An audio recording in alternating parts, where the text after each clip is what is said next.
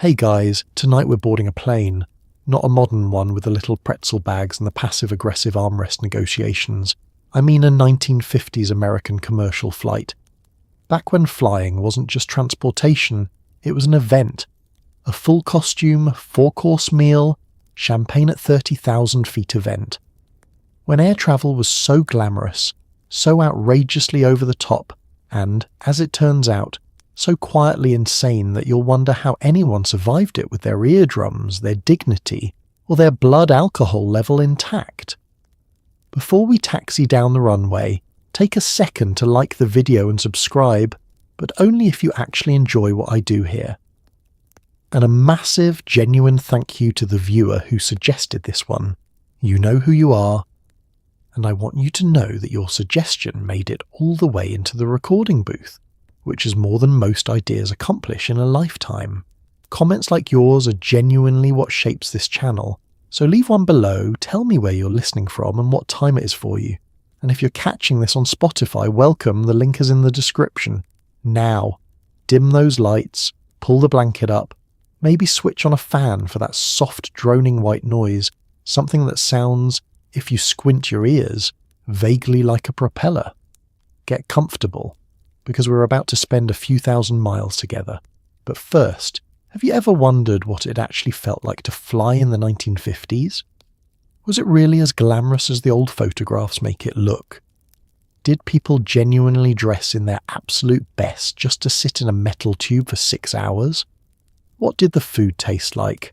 And more importantly, how was anyone expected to eat a 3-course meal while experiencing moderate turbulence over Ohio? Could you smoke on the plane? Could you smoke everywhere on the plane? Was the pilot actually that calm, or was he quietly terrified and just very good at hats? Would you have been able to afford a ticket in the first place? And if so, what exactly were you expected to wear, say, and not say once you were on board? Congratulations, you've just woken up in 1955. You're standing in a terminal that smells like cigarette smoke, floor wax and ambition. Your suit is pressed, your hat is on, and somewhere out on the tarmac, a propeller-driven machine is being loaded with your luggage. Your dinner and your complete misplaced confidence that this is all going to go absolutely fine. Let's talk about money. Specifically, the kind of money that flying required in the 1950s, which was the kind of money that made you sit down at the kitchen table, get out a notepad, do some arithmetic, stare at the arithmetic, and then do it again in case you'd made an error the first time. A one-way ticket from New York to Los Angeles in the mid-50s cost somewhere around $150. That sounds almost reasonable until you convert it to today's money, at which point it becomes approximately $1,700, and suddenly the notepad makes a lot more sense. Flying was not casual. Flying was not something you did because the train was inconvenient or the drive seemed long. And flying was a financial commitment that sat in roughly the same category as buying a refrigerator or getting a tooth crowned, something you planned for, justified carefully, and mentioned to people afterward because you had earned the right to mention it. The passengers who filled those cabins were, by modern standards, an extraordinarily narrow slice of the population. Business executives who needed to be in Chicago by Tuesday and had companies willing to pay for the privilege. Wealthy families relocating or visiting or simply demonstrating that they were the kind of family that relocated and visited by air. The occasional celebrity, which we'll get to later. Government officials, foreign dignitaries, and then, occasionally, the person who had saved for months and was doing this once for a specific reason, a wedding, a funeral, no once-in-a-lifetime trip, and who had told everyone about it in advance, and was now fully committed to getting their money's worth in every possible sense. The airlines understood exactly who their customers were and priced accordingly. This wasn't gouging, it was economics. Operating a propeller aircraft across the country was expensive. Fuel, crew, maintenance, the 3-course meal, the cloth napkins, the woman pouring the gin, all of it cost money, and that cost was reflected in the ticket price with zero apology. The airlines weren't trying to make flying accessible, They were trying to make flying aspirational, and a ticket price that gave you pause was part of the product. You were not paying to be transported. You were paying to belong briefly to a class of people for whom being transported by air was normal. The class system within the aircraft was also, by modern budget carrier standards, something from a different civilization entirely. First class existed, and it was genuinely, substantively different from coach, more space, better food, more attentive service. The reasonable expectation that the person beside you was also in first class for a reason, and would comport themselves accordingly. Coach, meanwhile, was still coach in only the relative sense. Compared to first class on the same aircraft, it was modest. Compared to any seat on any modern low-cost carrier, it was a spa. And here is the thing that nobody in the 1950s found strange, but which, viewed from the present, is genuinely disorienting. There were no sales, no flash deals, no Tuesday afternoon promotional fares, no loyalty points, no algorithm deciding your seat price based on when you searched and what browser you used and whether it detected mild desperation in your click patterns. The price was the price. It was printed in a tariff booklet and approved by a federal regulatory body, and it was the same for every passenger on every airline, because price competition between carriers was, by law, not permitted. What this meant in practice was that airlines competed on everything, except the one thing that most modern travellers care about most. They competed on food, on service, on glamour, on the sheer theatrical quality of the experience. And if you could afford the ticket, the experience they delivered was, by any reasonable measure, extraordinary. If you couldn't, you took the train, and the train was also fine, and this was just the way of things. And nobody was particularly anguished about it. The world had not yet decided that flying was a right. In the 1950s, flying was a privilege, and it dressed accordingly. Before you so much as looked at a departure board in 1955, you went through a process of physical preparation that most modern travellers reserve for weddings or court appearances. Men wore suits, full suits. Not the soft, unstructured, I could almost wear this to a barbecue suit that passes in contemporary business casual, but a proper structured suit with a pressed shirt and a knotted tie, and shoes that had been polished either that morning or recently enough that the difference wasn't visible. You wore a hat because men wore hats, and you tipped it at nothing in particular because that was simply what hats were for. You carried a briefcase or a proper leather bag. You did not carry a backpack with a hip belt and a carabiner clipped to the zipper for no evident reason. You looked like a person who had made deliberate choices about their appearance. Because you had. Because everyone had. Because showing up to an airport in the 1950s in anything less than your considered best was a social statement nobody wanted to make. Women had it, if anything, more precisely specified. A dress or a smart skirt suit, never trousers, which were still navigating their way into mainstream women's travel wear. Gloves, if you were flying anywhere that counted as a significant occasion, which flying always did. Heels that were neither comfortable nor practical, but were entirely load-bearing in terms of the overall impression you were constructing. Hair done, lipstick applied. A handbag that matched something. The complete effect was of a person who understood that being seen in an airport was being seen, full stop, and that being seen required preparation. This was not vanity in the pejorative sense. It was a social contract. Everyone around you had also dressed carefully, and the collective result was a departure lounge that looked less like a waiting room and more like the lobby of a very good hotel. Well-dressed people moving with purpose, carrying themselves with the self-consciousness of people who knew they were in a public space that had a certain character and who had decided to match it. The aircraft cabin had the same quality.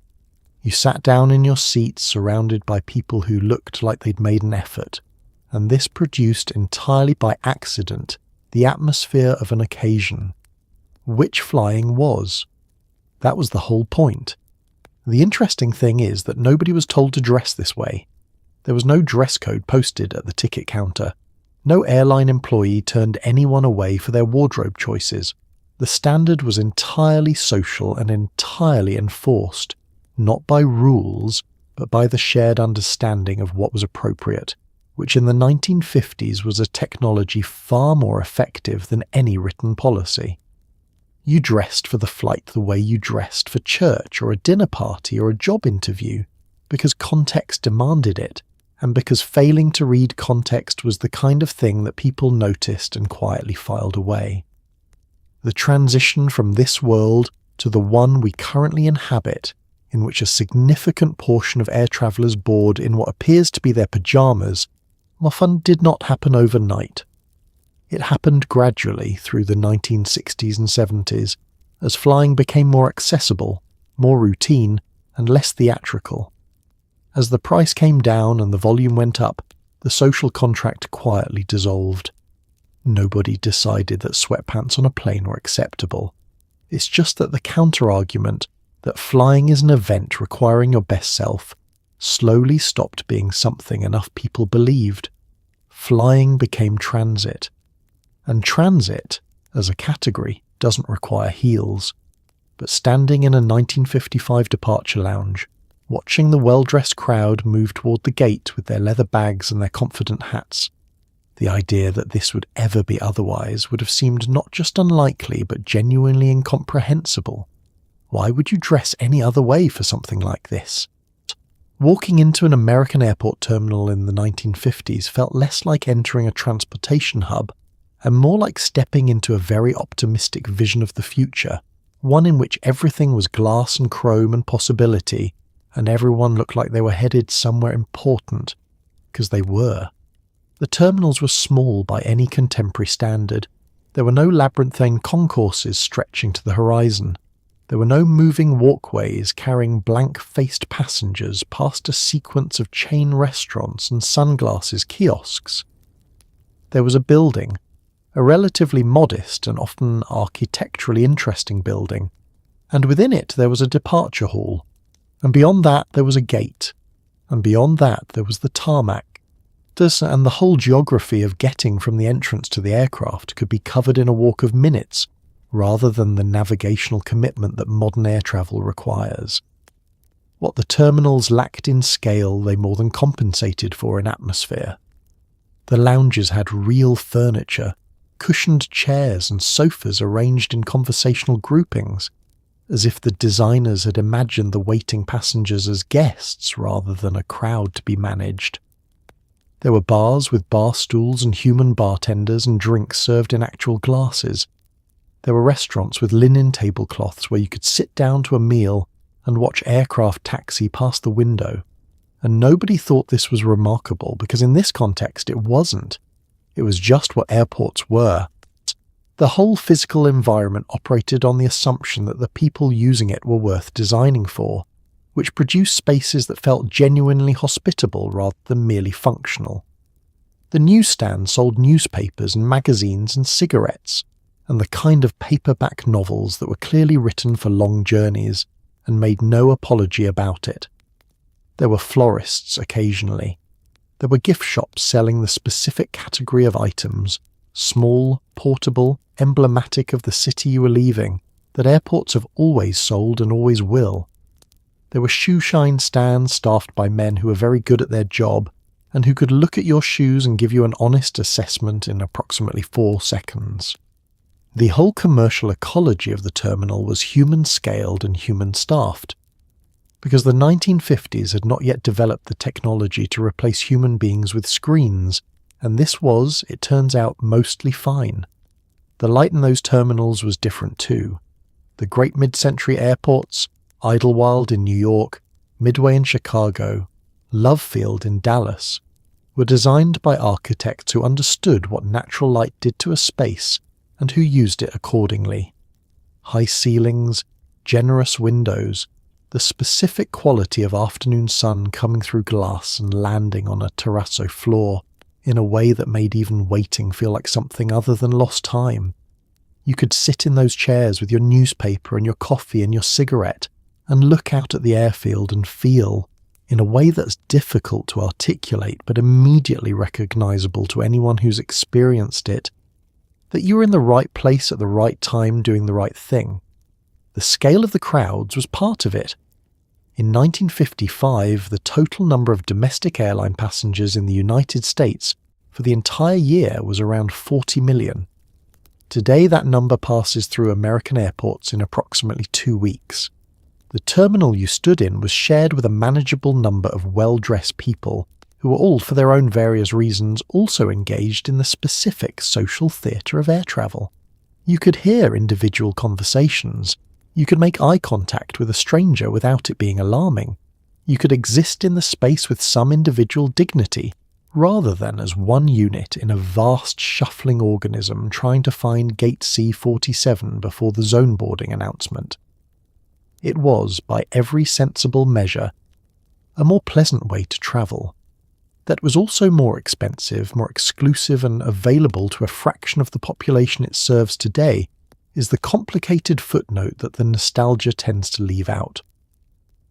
But standing in it, surrounded by the chrome and the light and the people in their good clothes, it felt like the future, the correct future, the one we were supposed to get. There were no self-check-in kiosks, no apps, no QR codes scanned by a bored employee who makes brief eye contact before waving you through. In the 1950s, checking in for a flight was a face-to-face transaction conducted at a long, wooden or formica counter by a human being who had been trained, dressed, and groomed specifically for this moment, and who was performing their part of the airport theatre with the seriousness it deserved.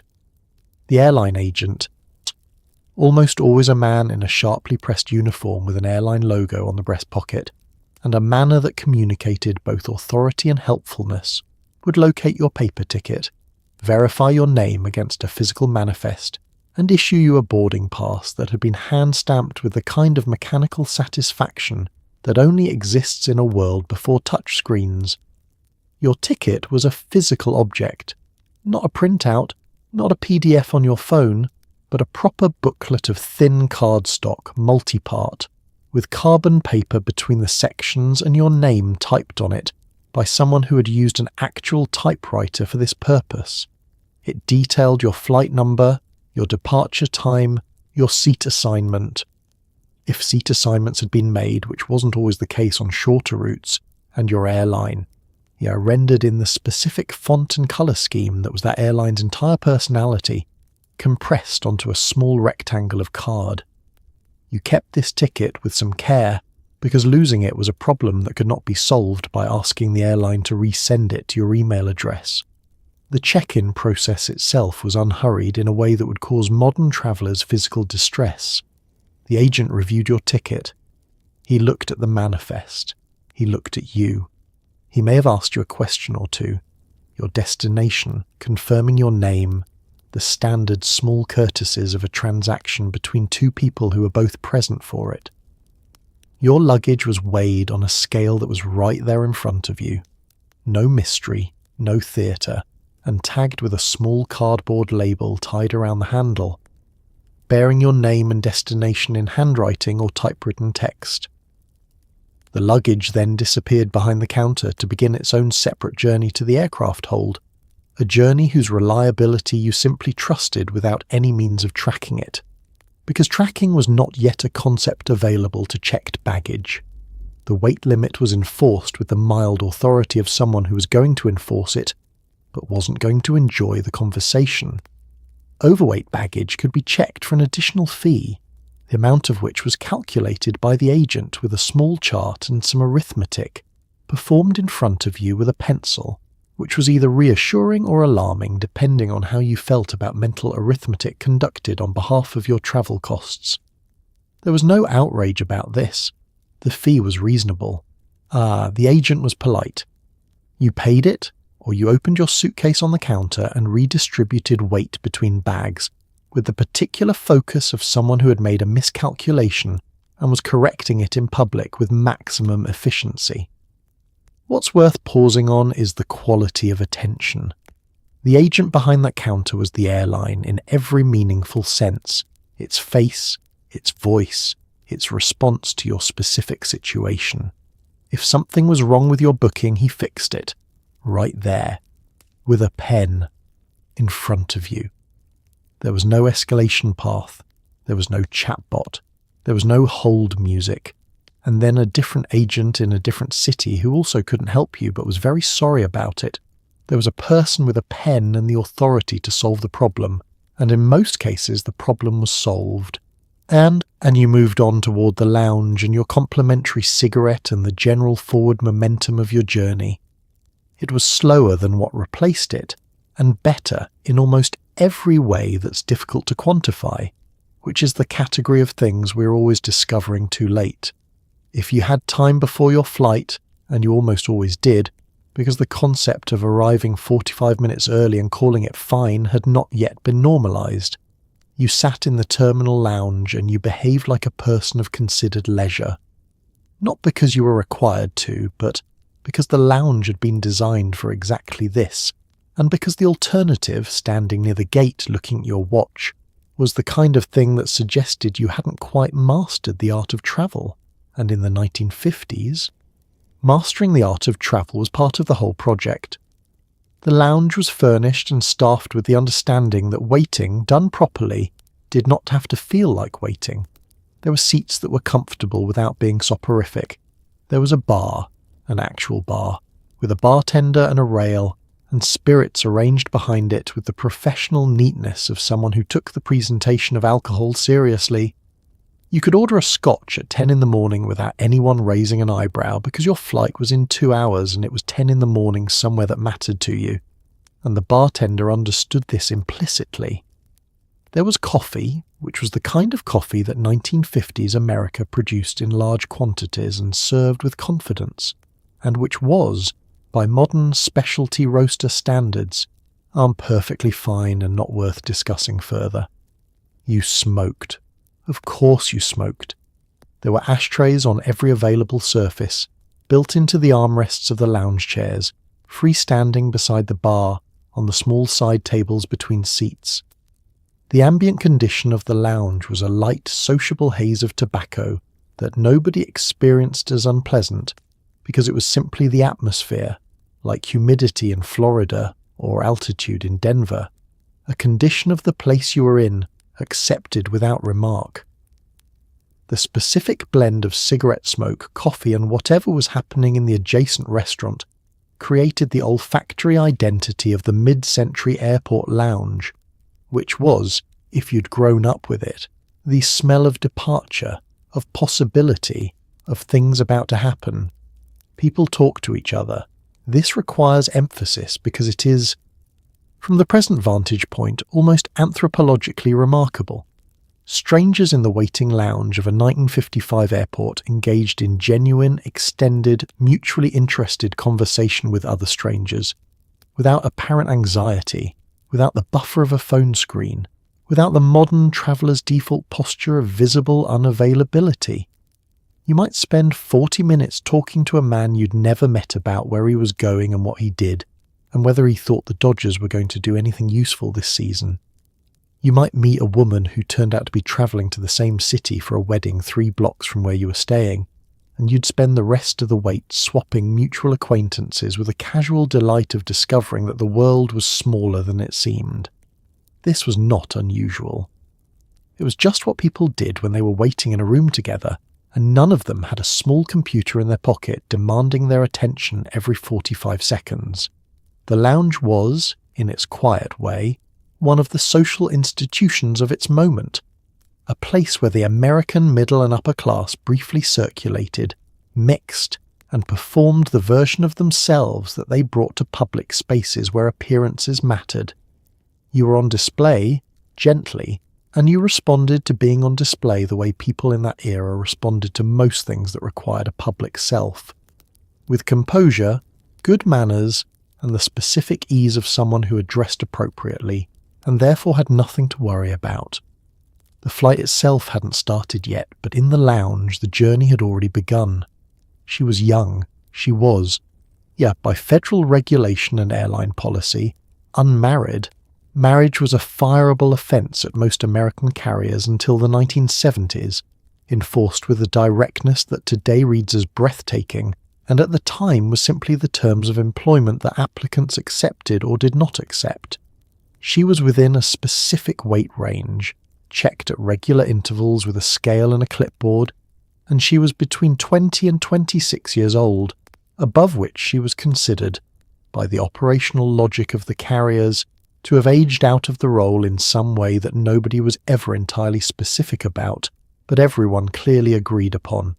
She was, in the language of her era, pleasant-looking, a qualification so vague and so loaded that it said everything and nothing simultaneously. She had trained for this, not in the casual, orientation video sense, but in a genuine residential multi-week program that covered emergency evacuation procedures, first aid, meteorology, meal service protocols, and the mechanics of a pleasant interaction in a pressurized metal cylinder with a stranger who was either drunk, frightened, motion sick, or some combination of all three. She knew the aircraft's emergency exits by feel. She knew how to administer oxygen and how to manage a medical situation at altitude and how to make the person experiencing that medical situation feel calm while she managed it, which was the harder of the two skills. She could do all of this while walking down an aircraft aisle in heels during moderate turbulence without spilling your drink, which is a physical achievement that deserves significantly more recognition than it has historically received. The uniform was a collaboration between fashion and function that leaned heavily toward fashion. It had been designed by an actual fashion designer, in many cases, because airlines hired fashion designers for this purpose, to convey modernity, femininity, and the specific brand personality of the airline, all simultaneously.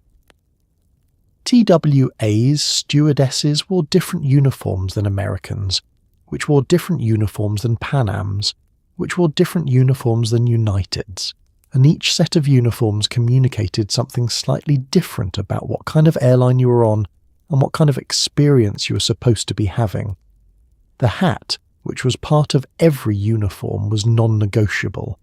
The hat was everything. The social position occupied by the stewardess in 1950s, America was genuinely peculiar. She was, in the eyes of the culture, glamorous, featured in advertising, visible in magazines, the human face of the technological wonder of aviation. Young women applied in large numbers and were rejected in large numbers, and considered the job, if they got it, to be one of the most desirable available to them, offering travel, independence, a salary, and a uniform that attracted attention of various kinds. Simultaneously, the job was defined by restrictions on weight, on age, on marital status.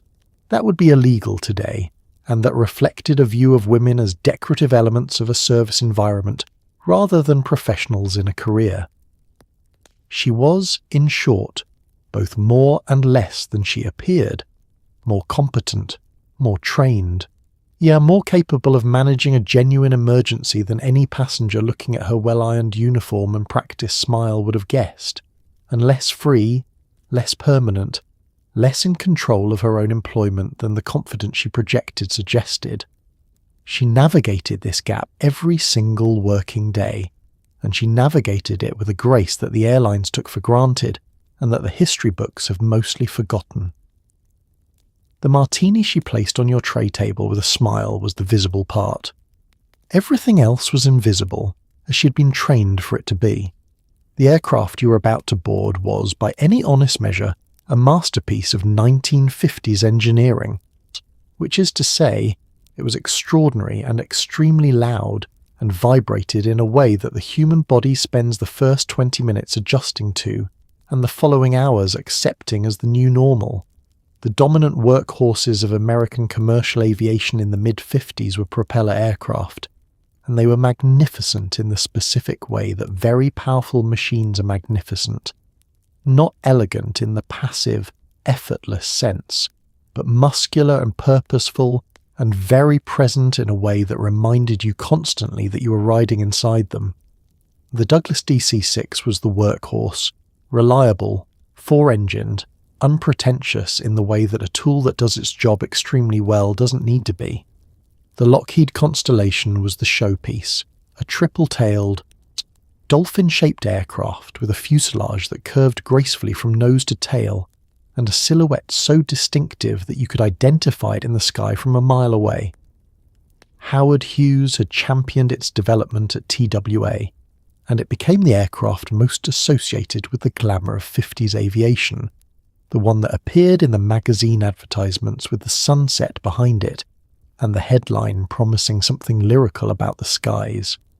It was also, operationally, somewhat more complicated than its competitors, and required maintenance attention that its beauty perhaps justified, and perhaps didn't, depending on who you asked, and whether they were a passenger or a mechanic.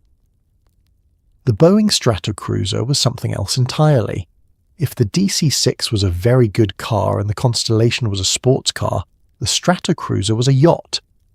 Derived from the B-29 bomber's fuselage design, it was enormous, a double-deck aircraft with a main cabin above and a cocktail lounge below, accessible by a spiral staircase during flight. Mid-flight spiral staircase, on an airplane, in 1953. The lounge seated about 14 people on cushioned stools around a curved bar, and passengers would descend to it mid-journey, with the casual confidence of people visiting the downstairs of a building that happened to be at 20,000 feet. It was the most luxurious aircraft in domestic service, and it was used primarily by airlines who wanted their passengers to have a story to tell when they landed. The engines were the thing, 4 of them, one under each wing, now each one a large radial piston engine producing a sound and a vibration that began the moment they turned over on the ground, and didn't stop until the wheels touched down at the other end. The sound was not the clean, receding roar of a modern jet engine.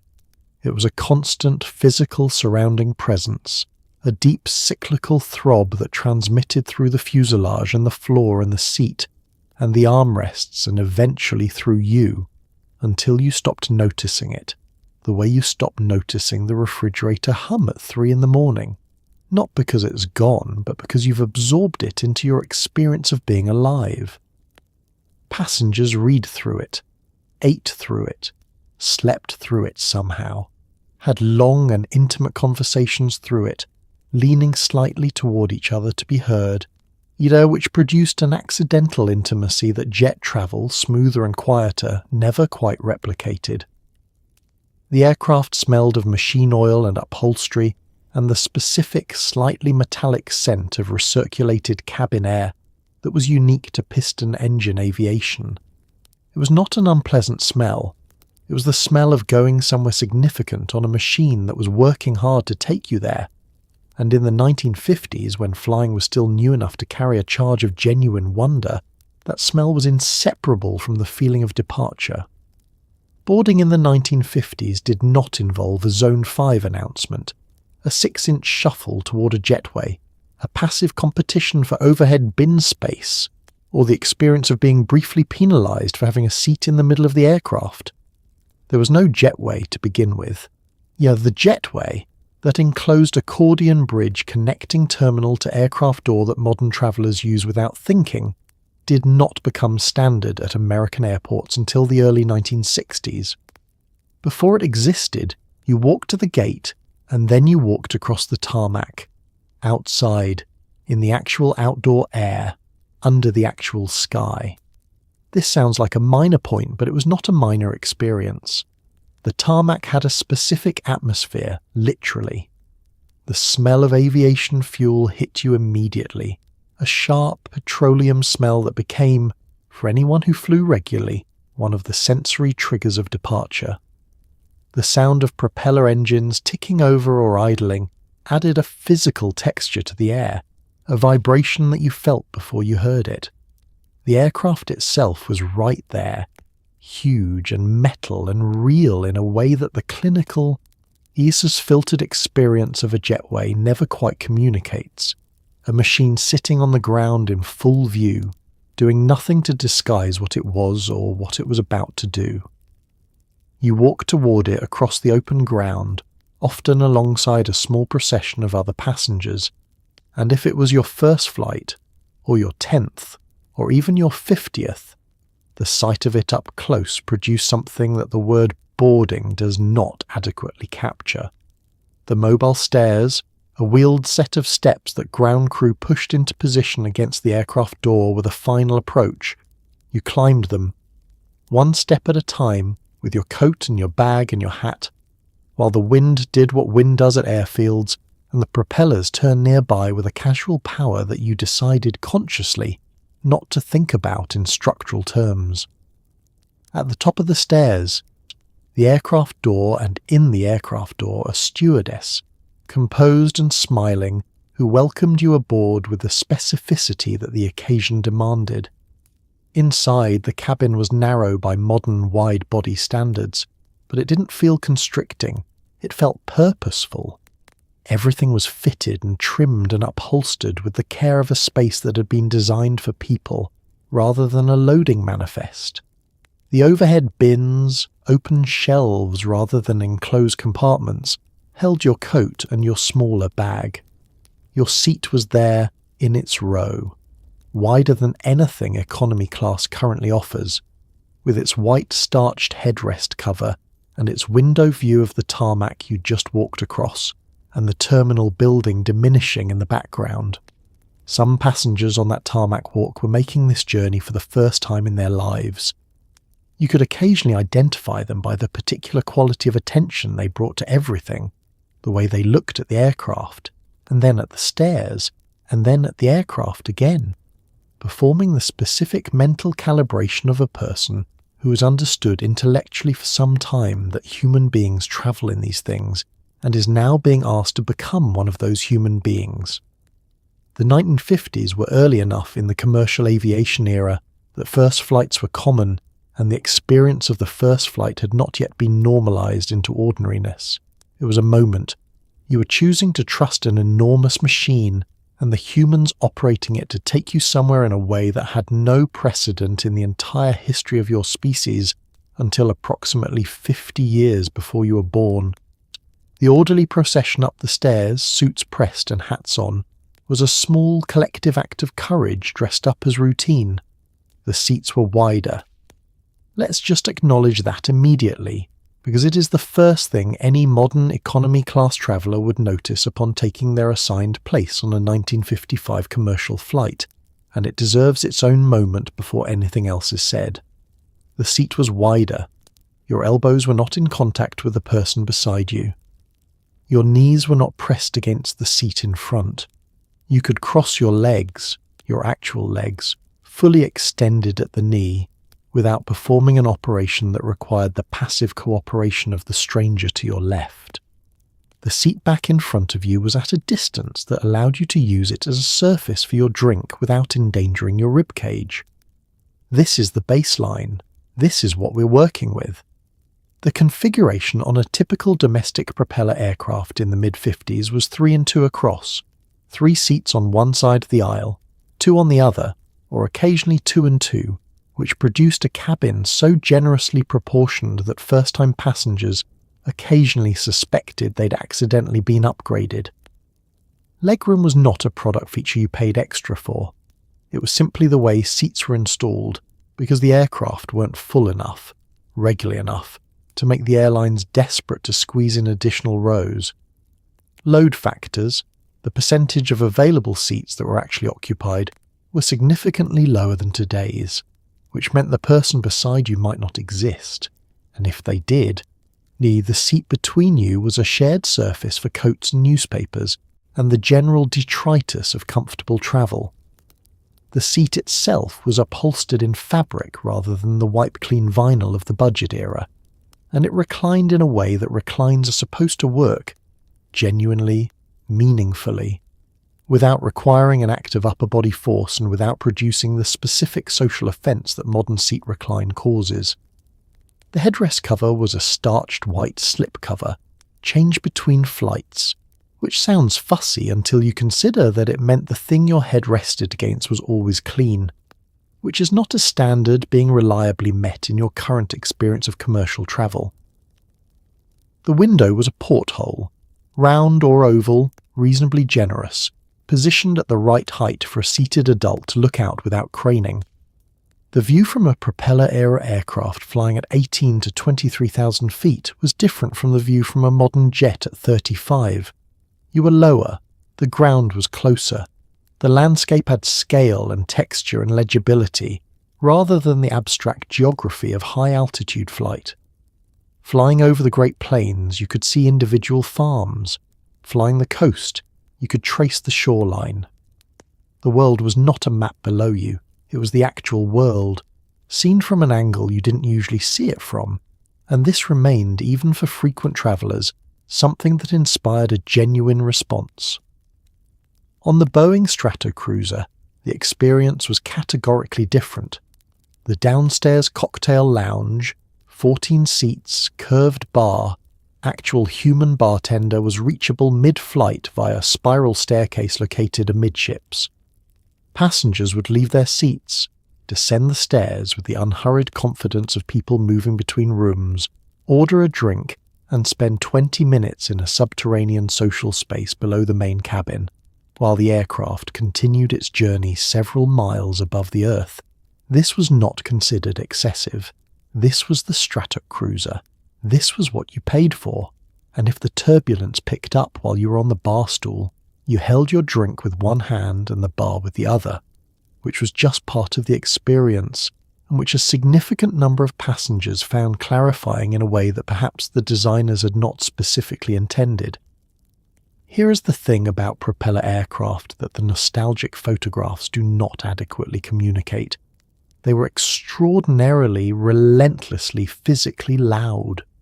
Not jet engine loud, which is a high, focused, directional sound that modern acoustic engineering has reduced to a manageable background presence. Propeller loud, which was a low, grinding, cyclical thunder generated by 4 large piston engines running at high power for hours at a time, transmitted through the aircraft structure, through the cabin walls, through the floor beneath your feet, and into your body with the direct, unfiltered enthusiasm of machinery that has not been asked to be polite about itself. The frequency was the key thing. Jet engines produce a high-pitched roar that your brain, after a short period, learns to tune out. Propeller engines produced a low, slow, rhythmic throb, closer to the frequency of a large piece of industrial equipment than of anything your nervous system would naturally categorize as background noise. It found your chest. It found your back teeth. It set up residence in your sinuses and your inner ear and your general sense of where silence had last been available, and it stayed there for the duration of the flight, patient and thorough and entirely indifferent to your feelings about it. Conversation required adjustment. You leaned in. You raised your voice slightly, not to the undignified level of shouting, but to the level of a person speaking with deliberate projection in a noisy restaurant, a level at which everything you said felt slightly more pronounced than you intended. Private conversations became less private. Intimate remarks required either a willingness to be overheard by the adjacent seats or a physical proximity, mouth to ear. That was either charming or alarming, depending on your relationship with the person you were leaning toward. Reading required concentration of a particular kind, not the passive, drifting reading of a quiet room, but the active, engaged reading of a person who has decided to maintain focus in the presence of a constant distraction. Some passengers found this easier than others. Some found that the noise, paradoxically, helped, that its constancy produced a kind of white noise effect that crowded out other distractions and left only the page and the words and the steady throb of the engines as an oddly calming backdrop. These people were, by most measures, correct. The noise was consistent. Consistent noise is manageable. It was the sudden silences when the pilot adjusted engine power during descent. That produced the interesting expressions. Airlines attempted mitigation.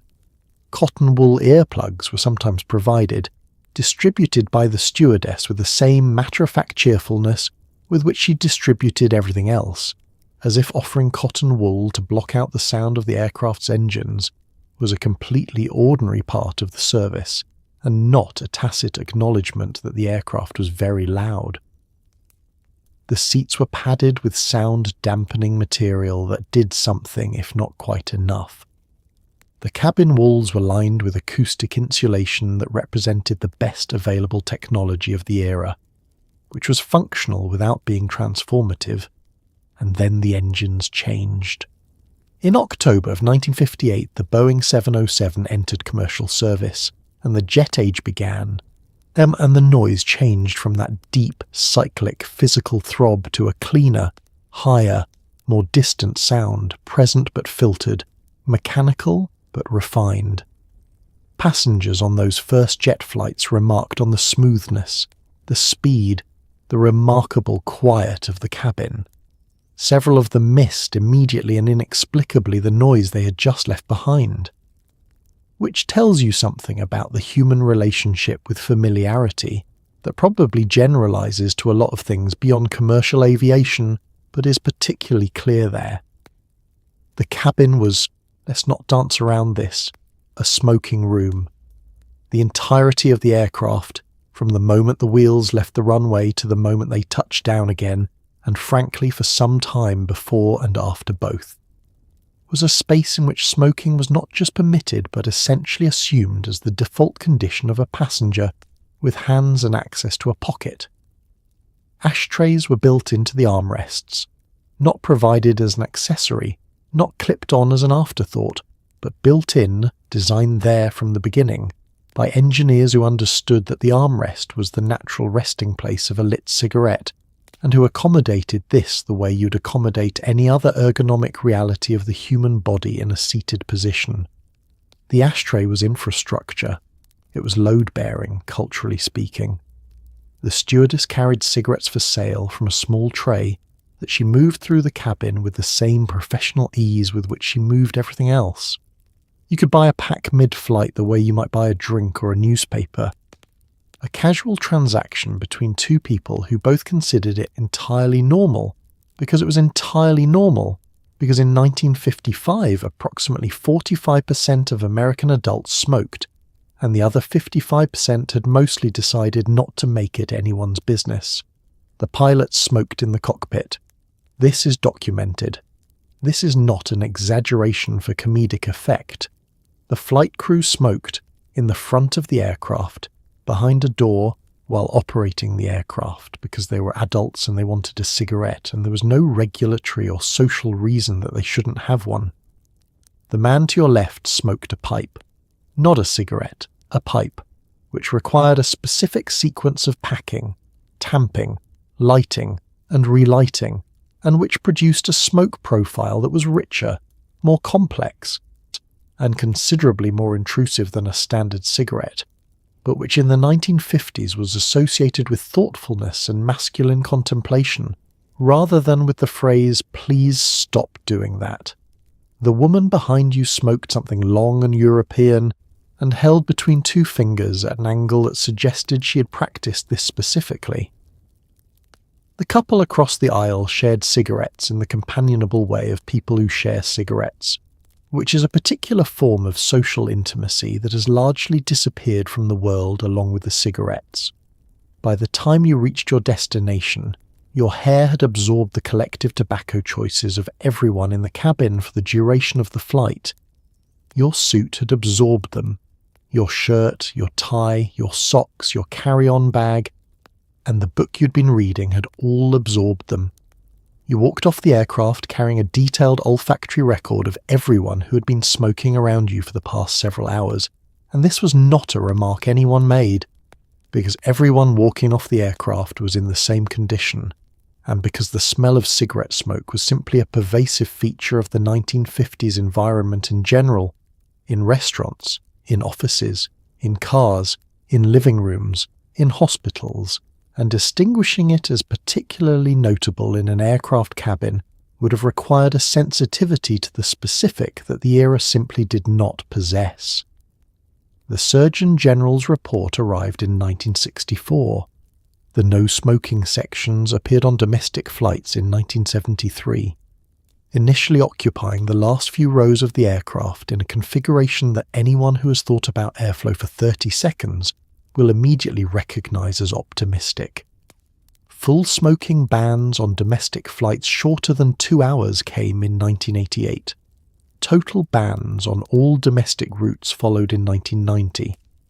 And in that final moment, when the last passenger stubbed out the last cigarette on the last flight where it was legal to do so, the armrest ashtrays, still built into the seats of older aircraft, became the small, chrome, recessed fossils of a completely different world. They're still there on some planes. Nobody uses them. But there they are, designed in, load-bearing, waiting. Airline food in the 1950s was not a punchline. It was a selling point, a genuine substantive, a competitive differentiator between carriers who could not compete on price because the government had fixed the price, and who therefore poured their competitive energy into every other dimension of the experience, of which the food was among the most visible and the most discussed. When TWA ran advertisements in Life magazine featuring their in-flight menu, alongside a photograph of the meal presented on a proper tray, they were not being ironic. They were making a legitimate claim. The food was good. In many cases it was genuinely impressively good. Better than most restaurants on the ground, certainly better than anything currently offered in the aluminum foil tray that passes for meal service on a modern domestic flight. The meals were served on real trays with real cutlery, metal cutlery, actual forks and knives and spoons with the airline's logo on the handle, washed and reused, not the flimsy plastic set that comes sealed in a small bag with a wet wipe and a packet of salt that's slightly too small to be useful. There were cloth napkins folded and presented. There was a starter, typically a small salad or a cold appetizer of the shrimp cocktail variety, because this was the 1950s, and shrimp cocktail was what civilization had recently decided to do with shrimp.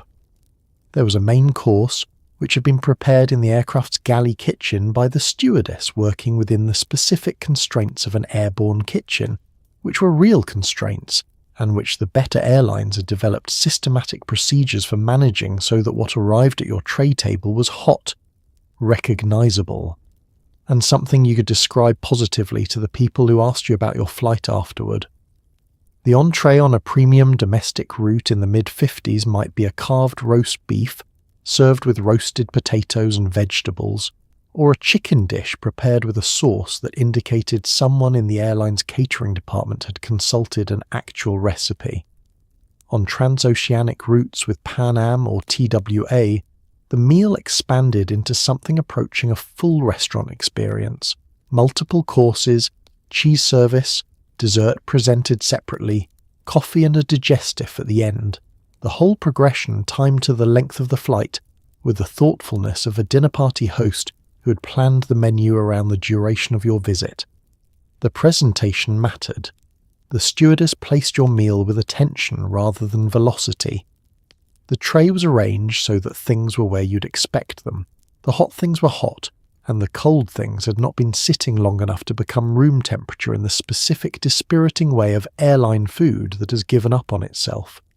You ate with the window beside you showing several thousand feet of open sky, and the engine throb underneath everything, and the combination of the formal meal service and the extraordinary circumstances of its delivery produced an experience that frequent flyers took for granted and first-time flyers remembered for decades. The catch, and there was one, because altitude is the catch in almost every otherwise pleasant aspect of aviation, was that your taste buds at cruising altitude are not your taste buds on the ground. The low humidity of pressurized cabins dries out your nasal passages, reducing your sense of smell, and with it a significant portion of your sense of taste. Food that would be robustly flavoured at sea level tastes flatter at altitude. The airlines of the 1950s did not know precisely why this was. The research came later, but the better chefs in airline catering had intuited the problem and compensated by seasoning more aggressively than they would have on the ground. The result was food that tasted correct in the air, which was the only place that mattered, because that was where you were.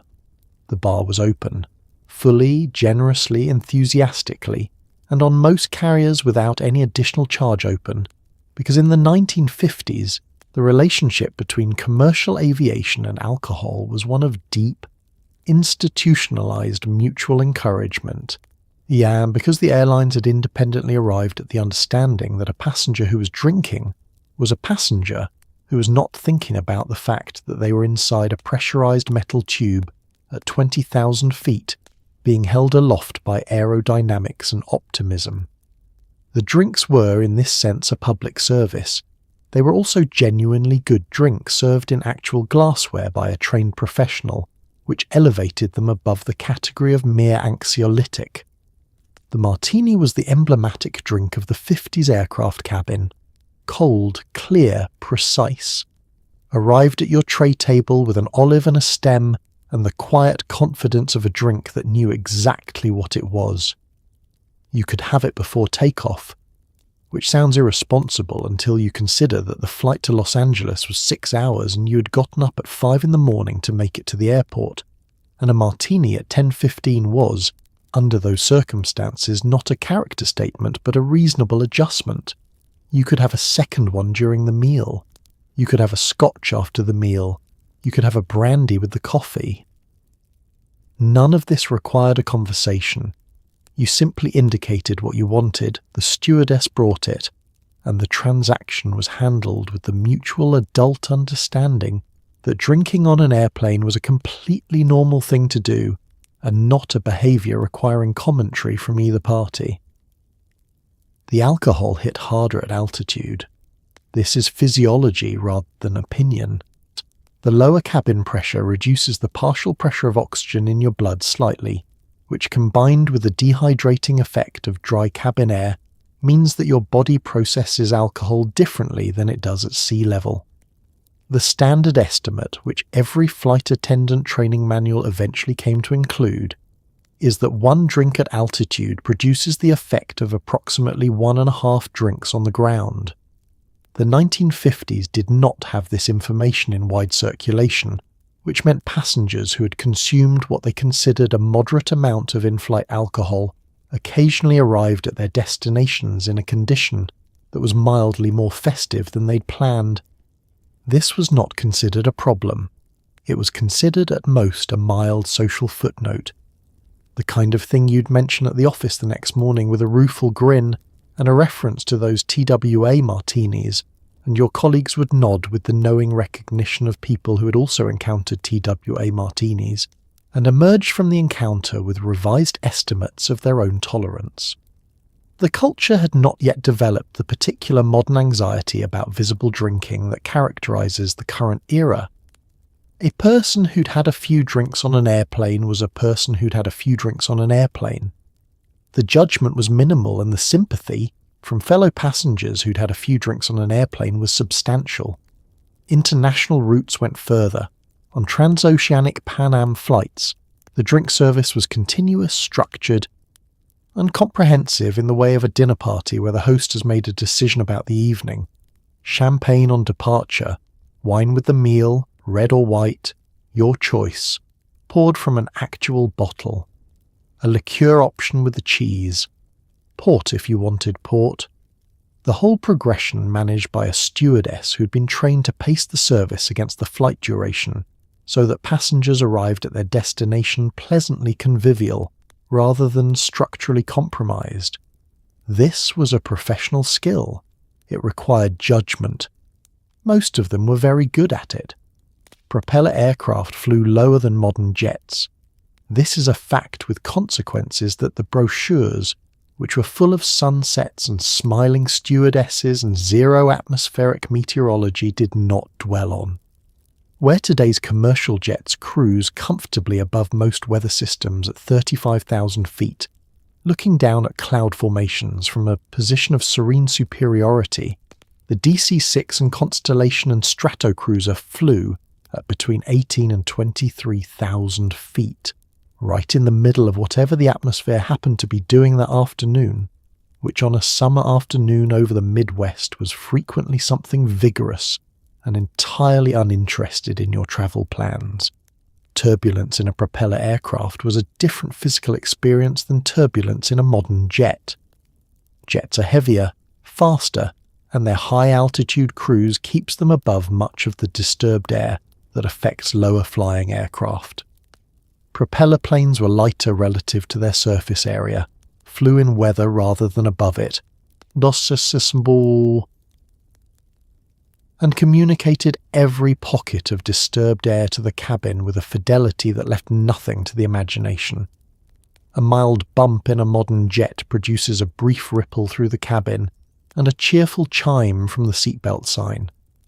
A moderate air pocket in a constellation produced an event, a sudden drop or lateral shift that sent drinks across tray tables and produced expressions on the faces of first-time flyers that contained the complete, unedited text of everything they were feeling.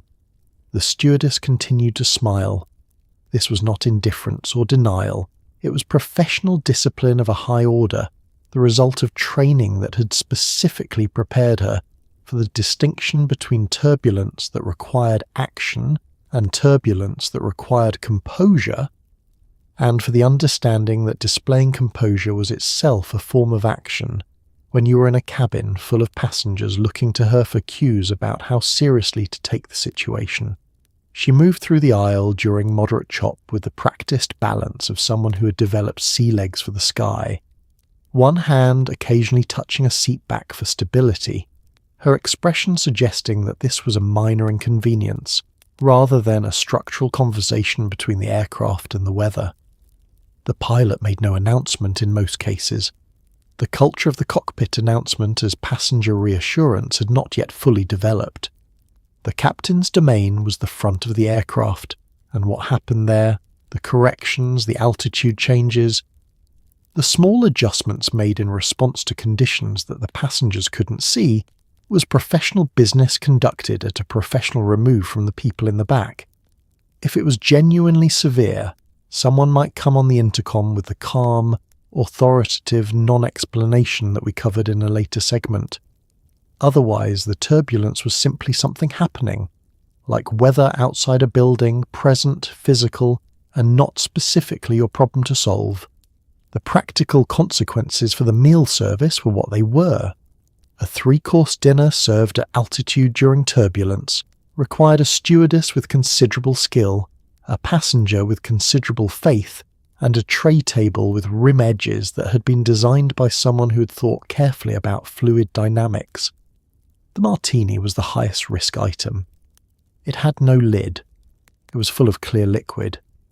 It was sitting on a surface attached to the seat in front of you by a single hinge, and when the aircraft moved unexpectedly, the martini had opinions about this and expressed them directly onto your lap. This happened. It happened to well-dressed people. Nobody really blamed anyone. The stewardess brought a cloth. Someone made a dry remark. The journey continued. The captain of a 1950s commercial aircraft occupied a social position somewhere between elite professional and minor secular deity, and he occupied it with a completeness that made the distinction largely academic. He was almost certainly a veteran of the Second World War or Korea. The timing of the war and the timing of commercial aviation's expansion created a generation of airline pilots who had come to their cockpits via military aircraft, considerably more demanding than anything in civilian service, flown in conditions that made turbulence over Illinois seem almost recreational, and who arrived at their airline careers with the specific psychological profile of a person who had decided at some earlier point that visible concern was not part of the job description. He wore 4 stripes on his sleeve.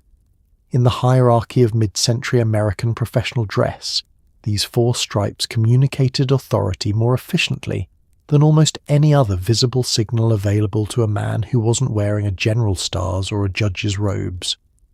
The hat was the other component, as a peaked cap with the airline's insignia on the front, brim squared, crown correct, worn with the automatic authority of someone who had worn a uniform hat for so long that the hat and the person had reached an agreement about each other. The hat said, "This man is in charge of the machine. This man has decided what is going to happen.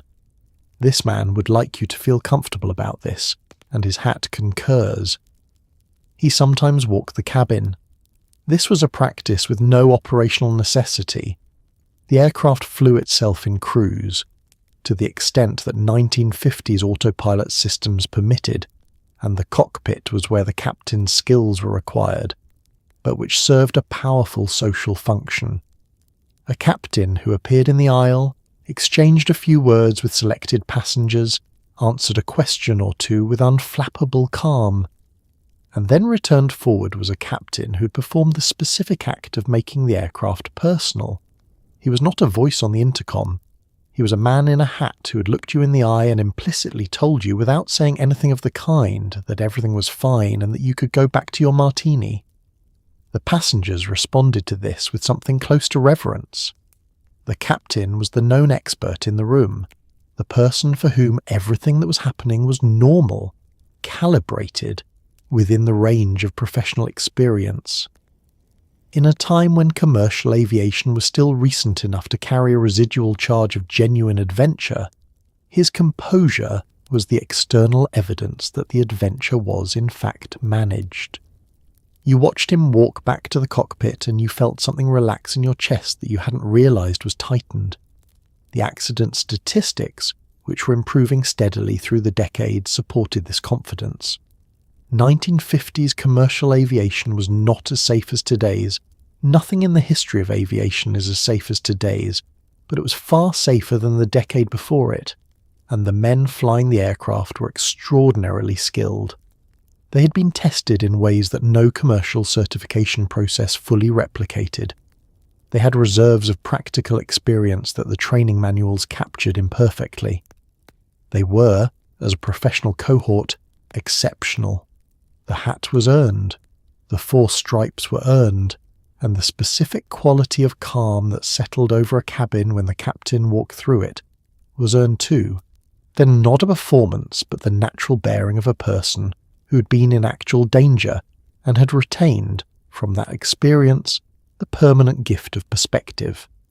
Everything else, including turbulence over Nebraska, was simply weather. And weather, as the captain's hat reminded you, was the sort of thing they had planned for. Air travel in the 1950s was statistically safer than it had been in the 40s, and would continue to improve through the decade with a persistence that the industry found encouraging, and the newspapers found disappointingly unexciting. The accident rate per mile flown was declining year over year. The aircraft were better. The navigation systems were improving. The weather forecasting, while modest by contemporary standards, was getting more useful. By any objective measure, flying was getting safer, and the people responsible for it knew this, and they communicated it in their advertising with the enthusiasm of a group who had worked very hard on something and would like credit for it. None of this fully addressed the fear, because the fear was not primarily a response to statistics. It was a response to the existential quality of the situation, the fact that you were inside a machine, off the ground, in the air, with nothing below you for a considerable distance and no means of individually influencing what happened next. Statistics are intellectual constructs. The view from the window of a propeller aircraft at 20,000 feet over the Appalachians is not an intellectual construct. It is a direct sensory experience of height and exposure that the human nervous system is still running on hardware calibrated for a world where nothing larger than a bird went airborne. Processes with a distinct lack of enthusiasm. The culture provided no comfortable outlet for this. In the 1950s, the social framework around flying was aggressively positive. The airlines were running advertisements that depicted aviation as the apex of modern civilization, glamorous, progressive, a privilege of the sophisticated traveller.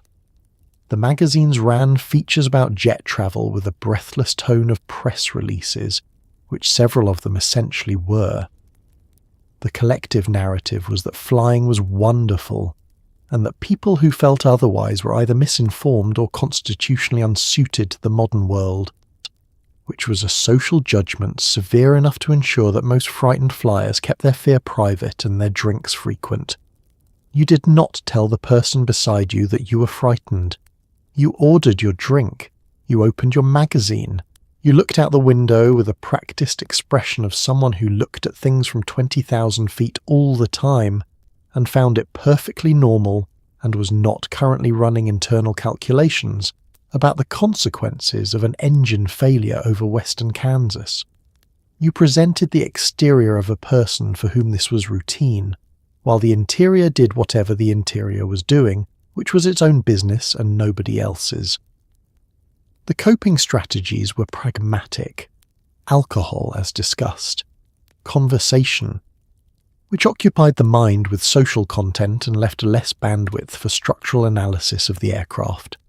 Reading, which worked for some people and didn't work for others, depending on whether their concentration was stronger than their anxiety, and a particular technique employed by experienced nervous flyers everywhere. The deliberate interpretation of every sound and movement as evidence of normalcy. That noise from the engine. Normal. The aircraft has 4 engines and they are all making noises and every single one of them is exactly right. That vibration through the floor of a propeller aircraft always does that. The stewardess walking calmly past. A person whose job requires her to know when something is wrong and she's not behaving as if something is wrong. Therefore nothing is wrong. The construction of reassurance from available evidence was a skill, and frequent flyers developed it with the quiet industriousness of people who had decided to fly regularly and needed to make peace with a decision. Flying from New York to London in the 1950s was not a 6-hour inconvenience, followed by a slightly disorienting walk through Heathrow and a black cab into the city. It was a commitment, a full, conscious, planned-in-advance commitment of somewhere between 14 and 18 hours, depending on the aircraft, the routing, and the number of stops required to keep the aircraft's fuel tanks in a condition its engineers considered appropriate. The Atlantic was a formidable thing. The propeller aircraft of the early 50s did not have the range to cross it non-stop from the American eastern seaboard, and so they didn't. They stopped. Gander, Newfoundland, is a small city on the northeastern tip of Canada that owes its entire mid-20th century existence to its geographic position. It was the closest point on the North American continent to Europe, and it had an airfield, and those 2 facts made it the compulsory refueling stop for virtually every transatlantic propeller flight operated in the era before jet aircraft made non-stop crossings routine. You would board your flight in New York, fly for 5 to 6 hours, land in Gander at whatever time the math produced, often the middle of the night, because departure times were set by the New York end, and Gander was simply wherever you landed when the arithmetic ran out. Walk through a small terminal that smelled of coffee in the specific cold of Newfoundland in most months of the year, wait for an hour and reboard. The Gander Airport terminal was not glamorous. It was functional in the way that something serving a very specific purpose in a very specific place is functional, clean, reasonably staffed, offering coffee and sandwiches in the slightly stunned atmosphere of a building through which large numbers of people were constantly passing at unreasonable hours while none of them particularly wanted to be there.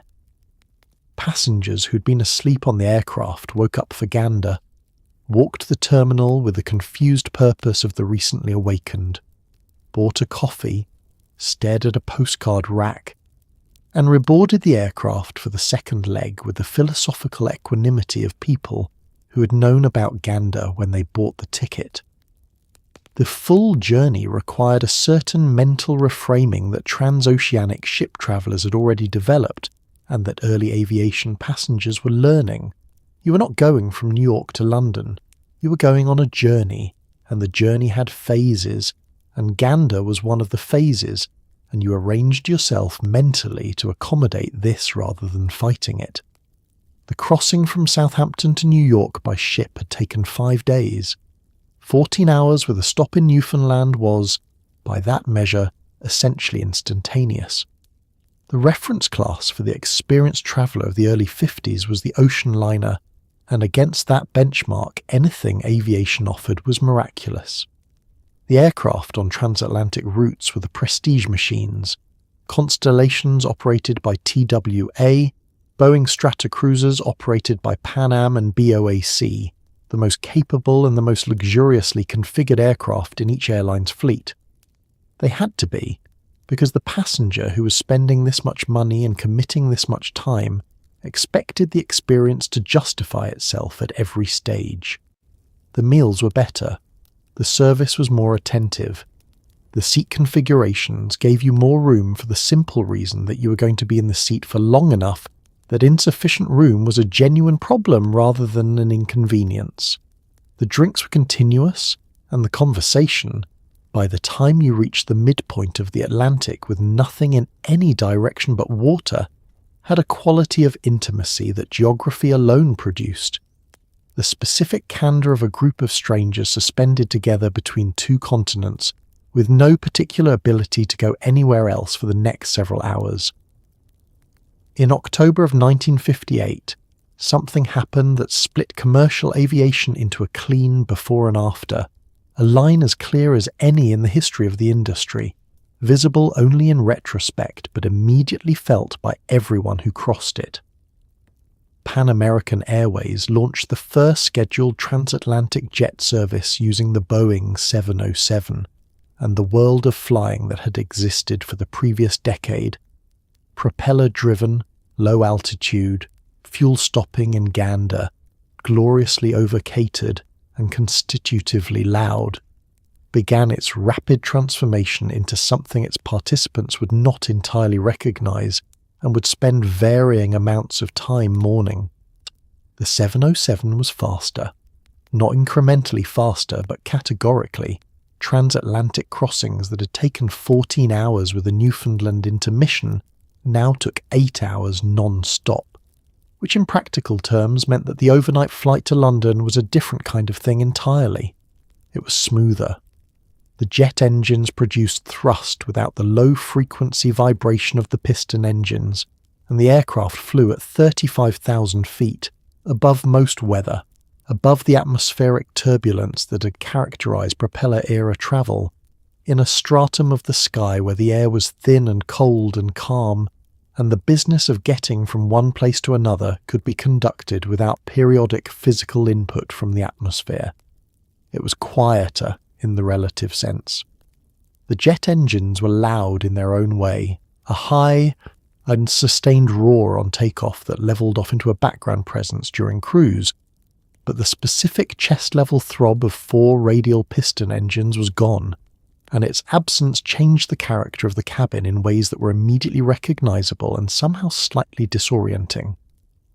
The airlines understood that the introduction of the 707 was a marketing event as much as an operational one, and they treated it accordingly. Pan Am's inaugural service was covered by the press with the energy of a moon landing, which, in terms of what it changed about the human experience of moving between continents, was not an entirely inappropriate comparison. The aircraft was new. The speed was unprecedented. The idea that you could have breakfast in New York and dinner in London on the same day was genuinely novel and produced in the people experiencing it for the first time a specific variety of wonder that was entirely rational given what had been possible 12 months earlier. What nobody quite anticipated, or at least didn't say out loud, was what would be lost. The propeller era had produced a kind of travel that was slow enough to have texture, long enough that the journey itself was a significant portion of the experience, with its meals and its stops and its communities of strangers thrown together for many hours at altitude. Jet travel compressed the journey and elevated the destination, which was efficient and in almost every objective sense better, and which also changed the social character of the aircraft cabin from something resembling a floating dinner party to something more like a very fast bus. The glamour persisted for a while.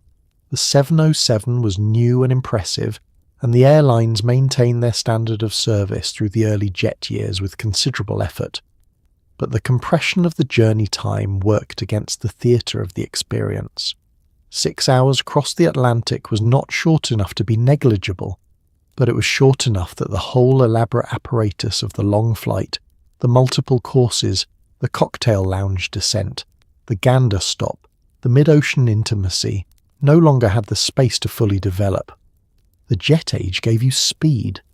The propeller age had given you the journey. And for a small but specific category of traveller, the exchange felt, quietly and irrationally, like a loss. In the era before airline deregulation, which wouldn't arrive until 1978, and whose arrival would eventually produce the low-cost, high-volume, please select your seat upgrade for only $49 industry we currently inhabit, American commercial aviation operated under the regulatory thumb of the Civil Aeronautics Board, a federal body that did many things, the most operationally significant of which was fixing the price of airline tickets. Every carrier on every domestic route charged the same fare. The government had decided this, and the government's decision was effective, and so the price competition between airlines that drives almost every other consumer industry was simply absent. It didn't exist. It was not a factor. A ticket from New York to Chicago on American cost exactly the same as a ticket on United, which cost exactly the same as a ticket on TWA, and everyone knew this, and the airlines competed with each other on everything else instead.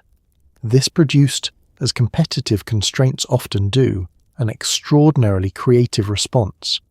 If you cannot win on price, you win on the meal, you win on the uniform, you win on the frequency of the smiling, on the thread count of the pillow cover, on the font of the destination sign at the gate, on the specific shade of blue of the carpet in the terminal lounge that you've paid to have built to your aesthetic specifications, so that passengers begin experiencing your brand before they've reached the aircraft. You win on the advertising, the copy, the imagery, the promise of an experience that your competitor, flying the same route with the same aircraft at the same fare, has somehow failed to make as compelling.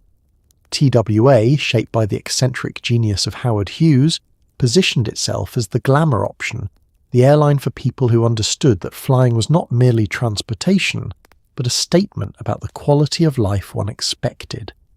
Its advertising in the 1950s operated at the intersection of aspiration and romance, featuring imagery that suggested destinations worth reaching and an experience worth having on the way. Pan-American, with its transoceanic roots and its international character, leaned into sophisticated globalism. The airline for people who went places that required a passport, which in the 1950s was a considerably more exclusive demographic than it is today. Pan Am didn't just fly you to Europe. Pan Am inducted you, briefly, into the world of people who went to Europe, and it did this through the food and the service and the uniforms and the specific quality of attention that its staff had been trained to provide. United sold reliability, the airline that got you there, on time, without incident, with appropriate professionalism and no particular drama. American sold frequency and reach, the most routes, the most departures, the network that covered the country with the thoroughness of a carrier that had decided breadth was its competitive position and was investing accordingly. Eastern sold Florida, which in the 1950s was the destination of a considerable portion of American recreational flying, and which Eastern understood as well as any carrier understood its core market.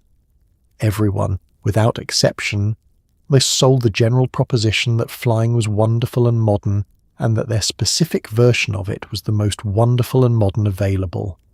The competition produced, for the passenger, a golden age of service that the economics of deregulation would eventually make impossible. When survival required differentiating on experience, the experience was differentiated on. When survival required only filling seats at the lowest possible cost per available seat mile, experience became secondary, then tertiary. then the subject of a nostalgic documentary on a streaming service, watched by people in middle seats eating purchased snacks from a paper bag. Pan American World Airways in the 1950s occupied a position in American cultural life that no airline today comes close to approximating, and perhaps no company in any industry fully replicates, a position in which a private corporation had become so thoroughly identified with a national project, a national character, and a national aspiration that distinguishing between the brand and the thing the brand represented had become genuinely difficult. Pan Am was not just a company that flew airplanes between places. It was, in its own self-understanding, and in the understanding of the culture that surrounded it, the airborne expression of America itself, its technology, its confidence, its willingness to go everywhere and do everything, and make it look easy and offer you a good meal while it happened. The routes were the first dimension of this. Pan Am flew to more countries, on more continents, and over more oceans than any competitor. When it said World Airways in its name, it meant it in the literal operational sense. The airline had pioneered trans-Pacific routes in the late 1930s with its flying boats, the China Clippers, and had entered the post-war era with an international network that no domestic carrier could match, because most domestic carriers weren't designed for international operation, and Pan Am had never really been designed for anything else. It flew to Europe, it flew to South America, it flew to Asia, it flew to Africa. It flew, ultimately, to the Soviet Union, a route whose political implications were not lost on anyone involved, and whose establishment required the kind of diplomatic navigation that would typically have been handled by actual diplomats rather than airline executives. The aircraft were the best available. Pan Am had a relationship with Boeing that was partly commercial and partly something closer to partnership. The airline's requirements shaped aircraft design in ways that benefited the entire industry. When Pan Am ordered the Boeing 707 in the mid-50s, the order was large enough that it essentially confirmed the 707's development and gave Boeing the financial foundation to build it. When Pan Am subsequently ordered the Boeing 747, its requirements again shaped the aircraft's configuration. Pan Am wasn't just buying Boeing's products, it was, in a meaningful sense, commissioning them. The first-class cabin on a Pan Am transoceanic flight was the closest approximation of a flying dinner party that commercial aviation produced. The stewardesses, selected with the same rigorous specificity as domestic carriers, but with additional language requirements for international routes, provided a service calibrated to the length and significance of the journey. The food was planned by people who understood that a meal at altitude over the Atlantic was a different occasion than dinner in a New York restaurant, and that different occasions required different responses. The wines were selected, the service was paced, the whole experience communicated at every point that you were not simply being transported between two cities, but were participating in something that the airline took seriously, and that you were therefore entitled to take seriously yourself. The Blue Globe logo was recognizable in airports from Tokyo to Buenos Aires to Lagos to Rome, a visual shorthand for American reach, American capability, American confidence in its own ability to go places and do things. In countries where the American government's reputation was complicated, Pan Am's was often simpler. It was the airline that came, that was reliable, that had good food and trained staff and aircraft that worked. It was America as it preferred to be seen, and for 2 decades at least the image and the reality were close enough together that the distinction didn't much matter. If you had, in 1955, walked into the offices of American Airlines or United or TWA with the goal of becoming a stewardess, you would have encountered a hiring process so specific in its requirements, so unapologetic in its criteria, and so comprehensive in its rejection of anyone who didn't meet every single one of them simultaneously, that reading it today produces a cocktail of disbelief and retrospective fury that takes a moment to metabolize. The requirements were not suggestions. They were not guidelines. They were a list, and the list was long, and every item on it was enforced with the cheerful precision of an industry that had decided exactly what it wanted and saw no reason to be coy about it. You had to be female. You had to be single. Marriage was grounds for immediate termination at most carriers. A policy enforced with a directness that today reads as breathtaking, and that at the time was simply the terms of employment, accepted or not accepted, with no intermediate position available. You had to be between 20 and 26 years of age, above which you were considered by the operational logic of the era to have aged out of the role in some way that nobody was ever precisely specific about, but that everyone in the industry clearly agreed upon. You had to be between 5'2" and 5'8", shorter, and you couldn't reach the overhead compartments, taller, and the ceiling of the aircraft cabin became a daily negotiation. You had to weigh between 100 and 135 pounds, a requirement that was not self-reported but verified at regular intervals by an actual scale in the airline's offices, administered by an actual person with a clipboard, which is an experience whose specific indignity is difficult to fully appreciate from the present. You had to have vision correctable to 2020. You had to have no visible scars. You had to speak clearly. You had to be, in the precise language of the era's hiring materials, pleasant-looking, a qualification so magnificently vague that it covered everything and committed to nothing and allowed the interviewer maximum discretion in applying it. And after all of that, after clearing every physical and demographic criterion on the list, you still had to interview. And the interview was its own event. You sat across from a representative of the airline who was evaluating your poise, your articulateness, your apparent warmth, your capacity to project calm in the face of difficulty, and your general suitability for a role that required you to perform hospitality at altitude with the simultaneous competence of a first responder. The questions were the kind of questions that tested composure as much as content, designed to see whether you became flustered, whether you reached for your words, whether you could maintain the specific quality of measured pleasantness that the job required even when the conversation was uncomfortable. Most applicants didn't pass this stage. The ones who did were, by any fair measure, exceptional. Training followed, a residential program of several weeks that covered emergency procedures with the seriousness of a military course, and meal service with the attention of a hospitality school, because both were genuinely required and neither was considered more important than the other. You learnt the aircraft's emergency exits by their positions rather than their labels, because in an actual emergency the labels might not be visible and your memory had to be physical. You learned first aid well enough to manage a medical situation at 30,000 feet without ground support.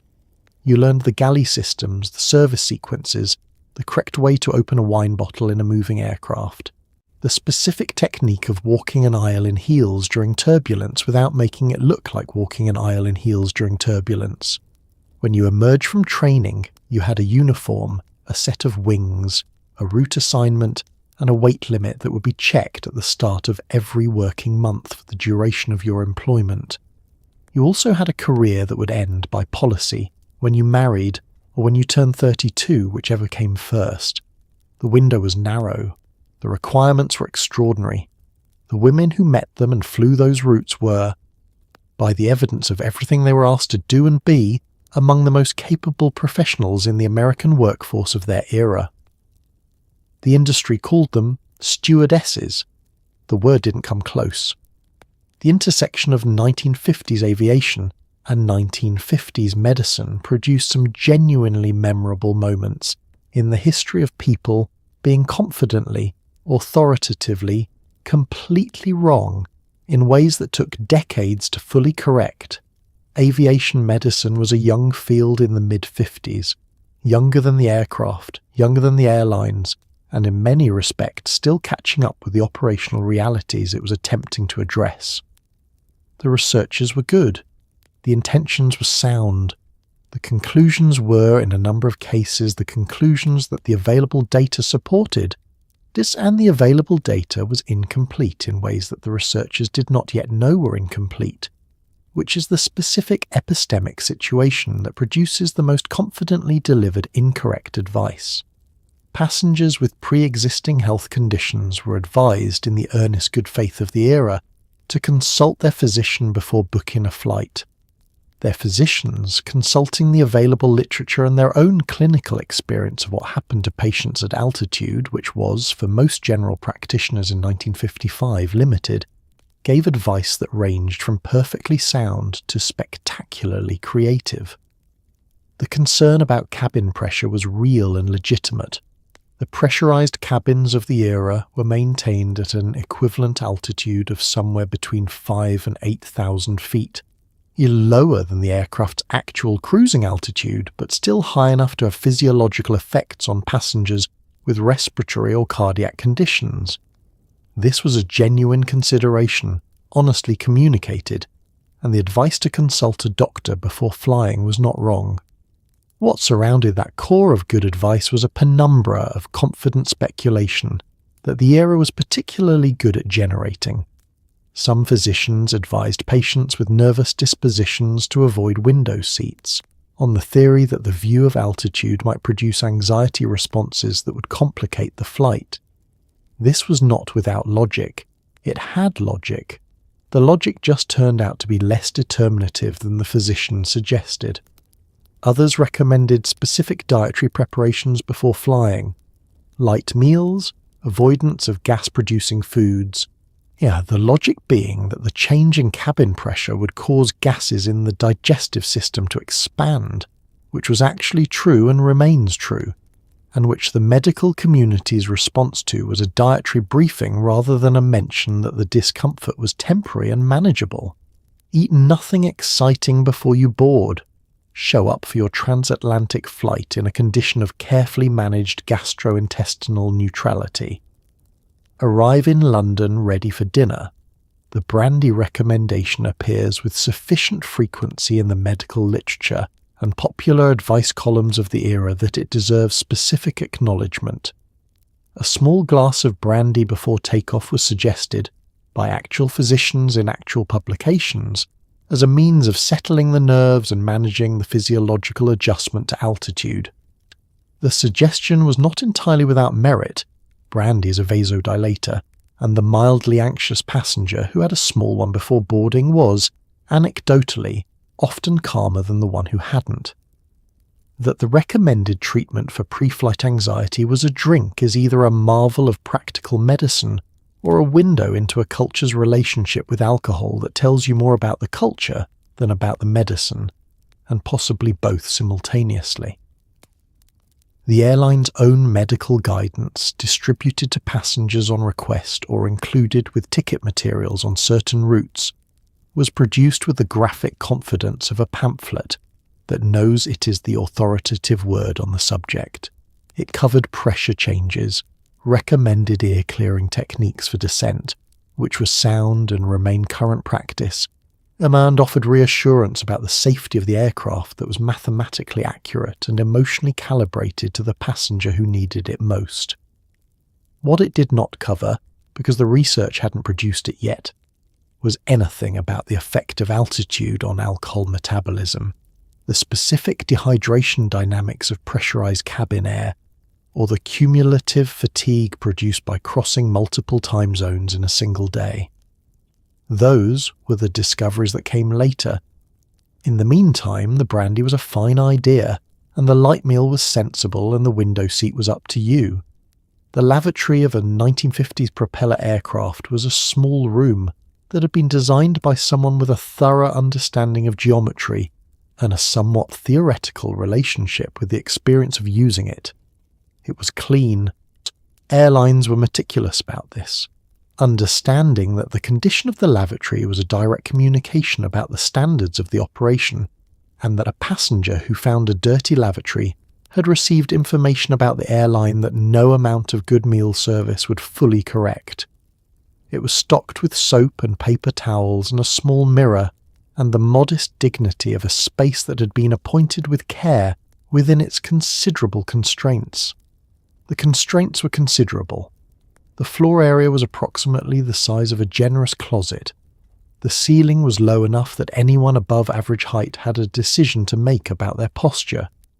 The door opened inward, which meant that operating it required a brief, awkward sequence of body movements, turning sideways, pulling the door toward you while simultaneously moving yourself to accommodate the door's arc that was manageable in calm air and became a small physical comedy during turbulence.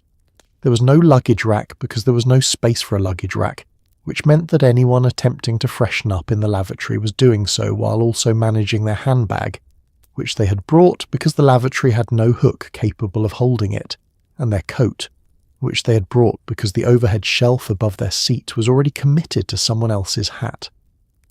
The mirror was the correct size for its purpose, large enough to see your face, small enough to remind you that this was an aircraft lavatory and not a dressing room. The lighting was functional, which in the specific language of aircraft lavatories meant fluorescent and unforgiving in the way that fluorescent lighting is always unforgiving, presenting you to yourself in a quality of light that no human being has ever looked at and thought, yes, this is the best version of this. You looked at yourself in the aircraft lavatory mirror in 1955, and you looked like a person who had been sitting in a pressurized cabin for several hours, breathing recirculated air while everyone around them smoked, because that was what you were, and the mirror confirmed it with the neutrality of mirrors everywhere. On the Boeing Stratocruiser, the lavatory situation was somewhat more generous. The aircraft's size allowed for facilities that didn't require the same creative spatial negotiation. On the Lockheed Constellation, it was the opposite. The Constellation's distinctive curved fuselage, beautiful from the outside and lyrical in its aerodynamic purpose, produced interior geometry that was at its most challenging in the lavatory, where the curved wall met the confined space to create a room that required a specific orientation to use comfortably and a slightly different specific orientation to leave. The queue for the lavatory was its own social institution. On a full flight, it formed with the patient resignation of people who'd all made the same calculation about timing and arrived at the same conclusion simultaneously. You stood in the aisle, holding a seat back for stability if the aircraft was moving, or waiting with the particular politeness of a line in which everyone understood everyone else's situation, and nobody was going to make it worse by being difficult about it. When the door opened, and the previous occupant emerged with the careful expression of someone resuming their public self, you entered, managed the inward opening door, and spent the necessary time in the fluorescent light before rejoining the cabin with a briskness that acknowledged you had been somewhere and were now back, and that no further discussion was required. This was the understood protocol. Everyone followed it. Even at 20,000 feet, certain social contracts hold. Nobody talked about it. This was the understanding, the collective, and unspoken agreement of everyone in the cabin that certain experiences were private in the way that certain experiences simply are, regardless of how visible they become or how much the aircraft is contributing to them. But everyone knew someone who had experienced it.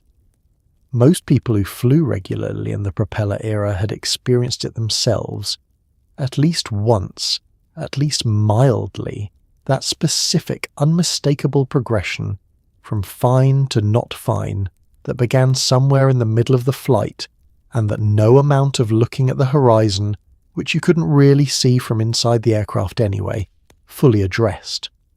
Motion sickness on a propeller-era flight was not a rare event.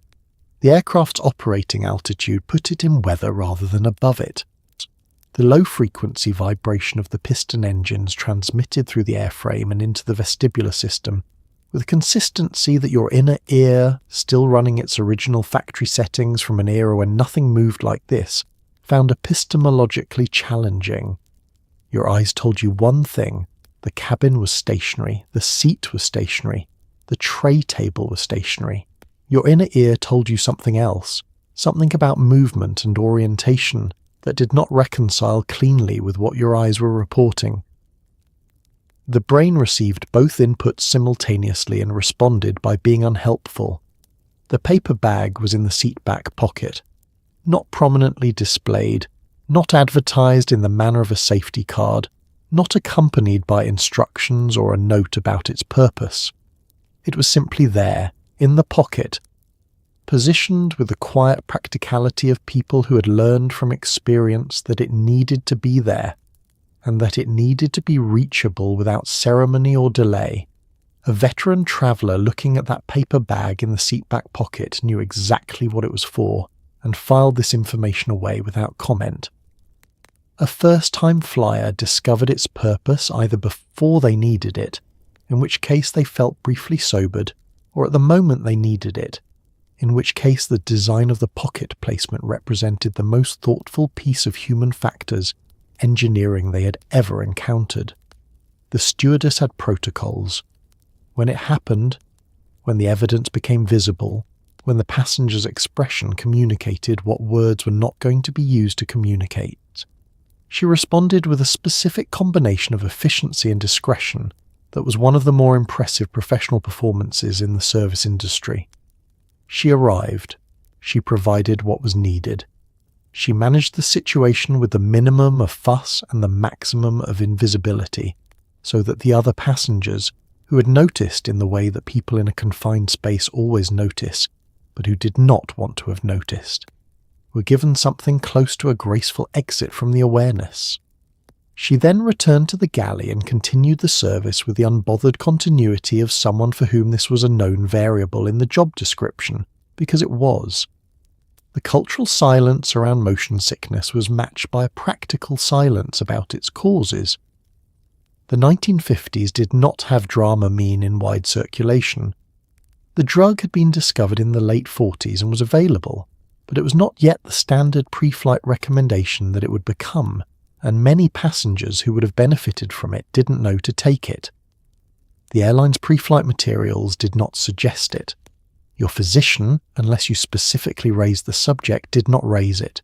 You boarded the aircraft and you hoped for smooth air, which was the only real solution available to you, and when the air was not smooth, you had the seatback pocket and the stewardess and the quiet dignity of an experience that everyone understood and nobody discussed, which is occasionally the most civilized response available. Before jets and their extended range made non-stop transcontinental travel not just possible but expected, many domestic routes involved a stopover, and the word stopover, with its implication of brief pause and quiet inconvenience, undersells what these intermediate landings actually were as an experience.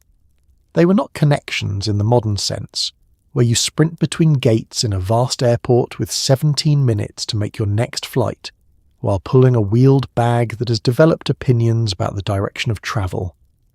They were planned pauses, scheduled breathing room built into the itinerary by the airline and accepted by the passenger as a known feature of the journey, like the meal service and the complimentary cigarettes, something that was going to happen and that you arrange yourself to accommodate.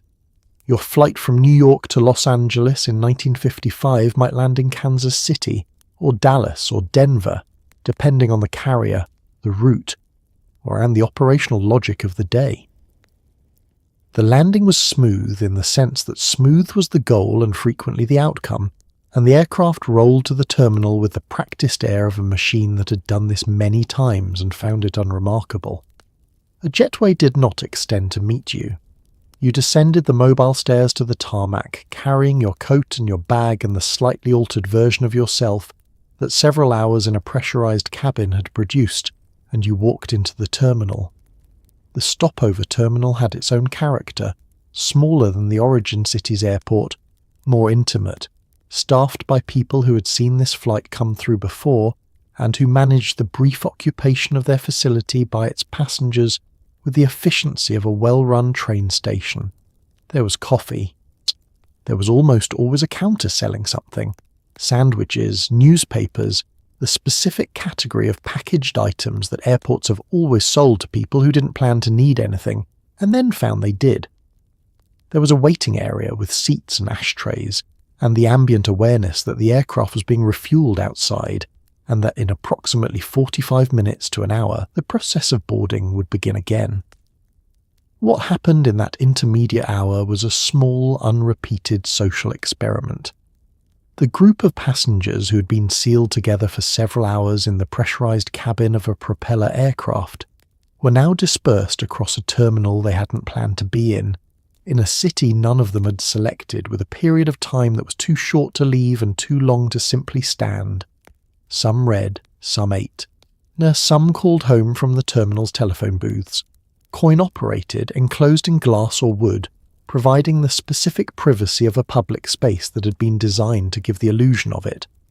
Some talked to each other, continuing conversations that had begun at altitude with the easy continuity of people who had been in proximity long enough to have established a basis for conversation. The connecting passengers, the ones joining the flight at this intermediate stop, fresh from their own morning and their own terminal and their own coffee, boarded with a slightly different energy, unformed by the previous hours of shared experience, new variables in the social equation of the cabin. The through passengers who had watched them board from their seats received them with the mild territorial instincts of people who had established a prior claim on the space. The aircraft sealed itself again. The engines turned over. The mobile stairs were withdrawn. And the journey, which had paused to breathe in Kansas City or Dallas or Denver, resumed its westward intention with the equanimity of something that had done this before and expected to do it again. In the 1950s, the overlap between air travel and celebrity was significant, visible, and entirely natural, for the simple reason that the class of people who flew regularly and the class of people who were famous occupied roughly the same demographic territory. Flying required money and occasion. Fame, in the 1950s, required money and occasion.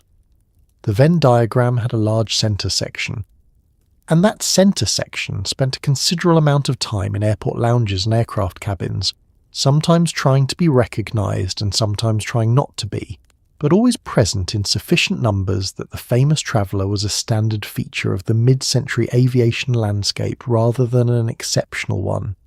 Frank Sinatra flew. This is worth stating specifically rather than generally, because Sinatra's relationship with air travel was a microcosm of the celebrity passenger experience at its most characteristic. He flew on TWA, Howard Hughes's airline, with a frequency and a comfort that reflected both his income and his taste. He was recognised. He expected to be recognised. And he handled being recognised with the specific mixture of graciousness and impatience of a man who understood that recognition was part of the transaction, and who had developed calibrated responses to its various forms. He drank on flights. He was good company. He was occasionally not good company. He was Frank Sinatra at altitude, which was essentially Frank Sinatra everywhere, the altitude being a detail rather than a transformation. Marilyn Monroe flew with a different quality of public experience.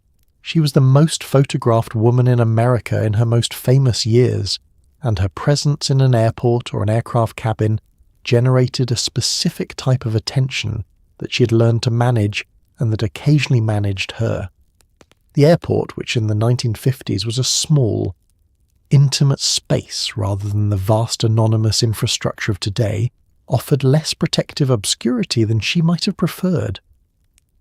The terminal lounge, where you sat in a cushioned chair waiting for your flight, was a shared space with a social scale that meant a famous face was hard to miss and harder to politely ignore. The stewardesses, trained in discretion and professional composure, were among the better handlers of celebrity passengers that the era produced. Business executives whose names nobody knew, but whose suits cost more than your car, flew with the frequency of people for whom air travel was the baseline rather than the occasion. They were the invisible celebrities of the 1950s aircraft cabin, powerful in ways that didn't translate to recognition, uncomfortable in ways that reflected their regular use of the service, and entirely unremarkable in their presence except to each other. among whom the social calculus of who flew, how often on which airline was a form of professional status communication as legible as the suit itself. A man who flew first class weekly on a coast-to-coast route was a man with a certain kind of job, and other men with that kind of job recognized this instantly. The intimacy of the terminal meant that categories of people who would not otherwise occupy the same room did occasionally occupy the same lounge chair area, waiting for the same flight, sharing the same ashtray. The moderately prosperous traveller doing this once, for a reason, might find himself in a conversation with a studio executive or a senator, or someone whose face he recognised from a magazine, and this conversation would happen at the natural scale of two people in a waiting room, without security or handlers, or the apparatus of managed access that today separates the famous from the everyone else. This was not always comfortable for either party, but it produced occasionally the specific human connection that only proximity and shared circumstance generate, a brief, genuine exchange between two people who happened to be going to the same place at the same time, and who, in the lounge of a 1955 airport, had no particular mechanism for avoiding each other. Some of those exchanges were remembered. The altitude, the intimacy, the occasion of it, these were conditions that made things stick. When the Boeing 707 entered commercial service in the late 1950s, a portion of the travelling public reacted to it the way a portion of the public reacts to most significant technological changes, with genuine enthusiasm for the concept, comprehensive endorsement of its benefits in conversation, and a quiet, private, essentially irrational unease about actually being inside it. The jet engine was new.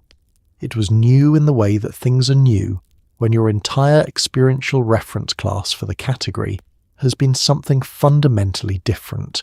New not just in degree but in kind, producing a sensory experience that shared no reliable features with what you had previously used to reassure yourself that you were fine. The propeller aircraft you had been flying for the past several years was loud, yes, and it vibrated, yes, and it flew lower and slower and stopped in gander, all of which were objective disadvantages that you had accepted as the conditions of the available technology. But they were familiar. The specific sound of 4 radial piston engines at cruise power was a sound you had heard before, had calibrated against your experience of safe arrivals, and had learned to receive as confirming evidence that the aircraft was operating as intended. You knew what it sounded like when it was right.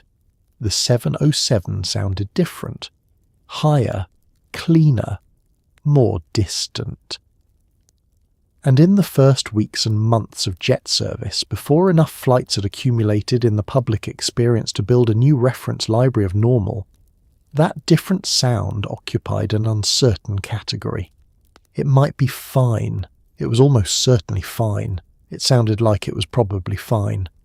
But the absence of familiarity was its own small, persistent anxiety. The airlines understood this with the commercial intelligence of organizations that had spent the previous decade learning exactly how passenger psychology worked, and they responded with advertising campaigns calibrated to the specific nature of the concern. The message was consistent across carriers. The jet is safe. The jet is tested. The jet is better. The jet has been approved by every relevant authority and then some. TWA ran advertisements featuring the aircraft's specifications with the confidence of a manufacturer who believed that numbers were reassuring, which for a specific type of reader they were.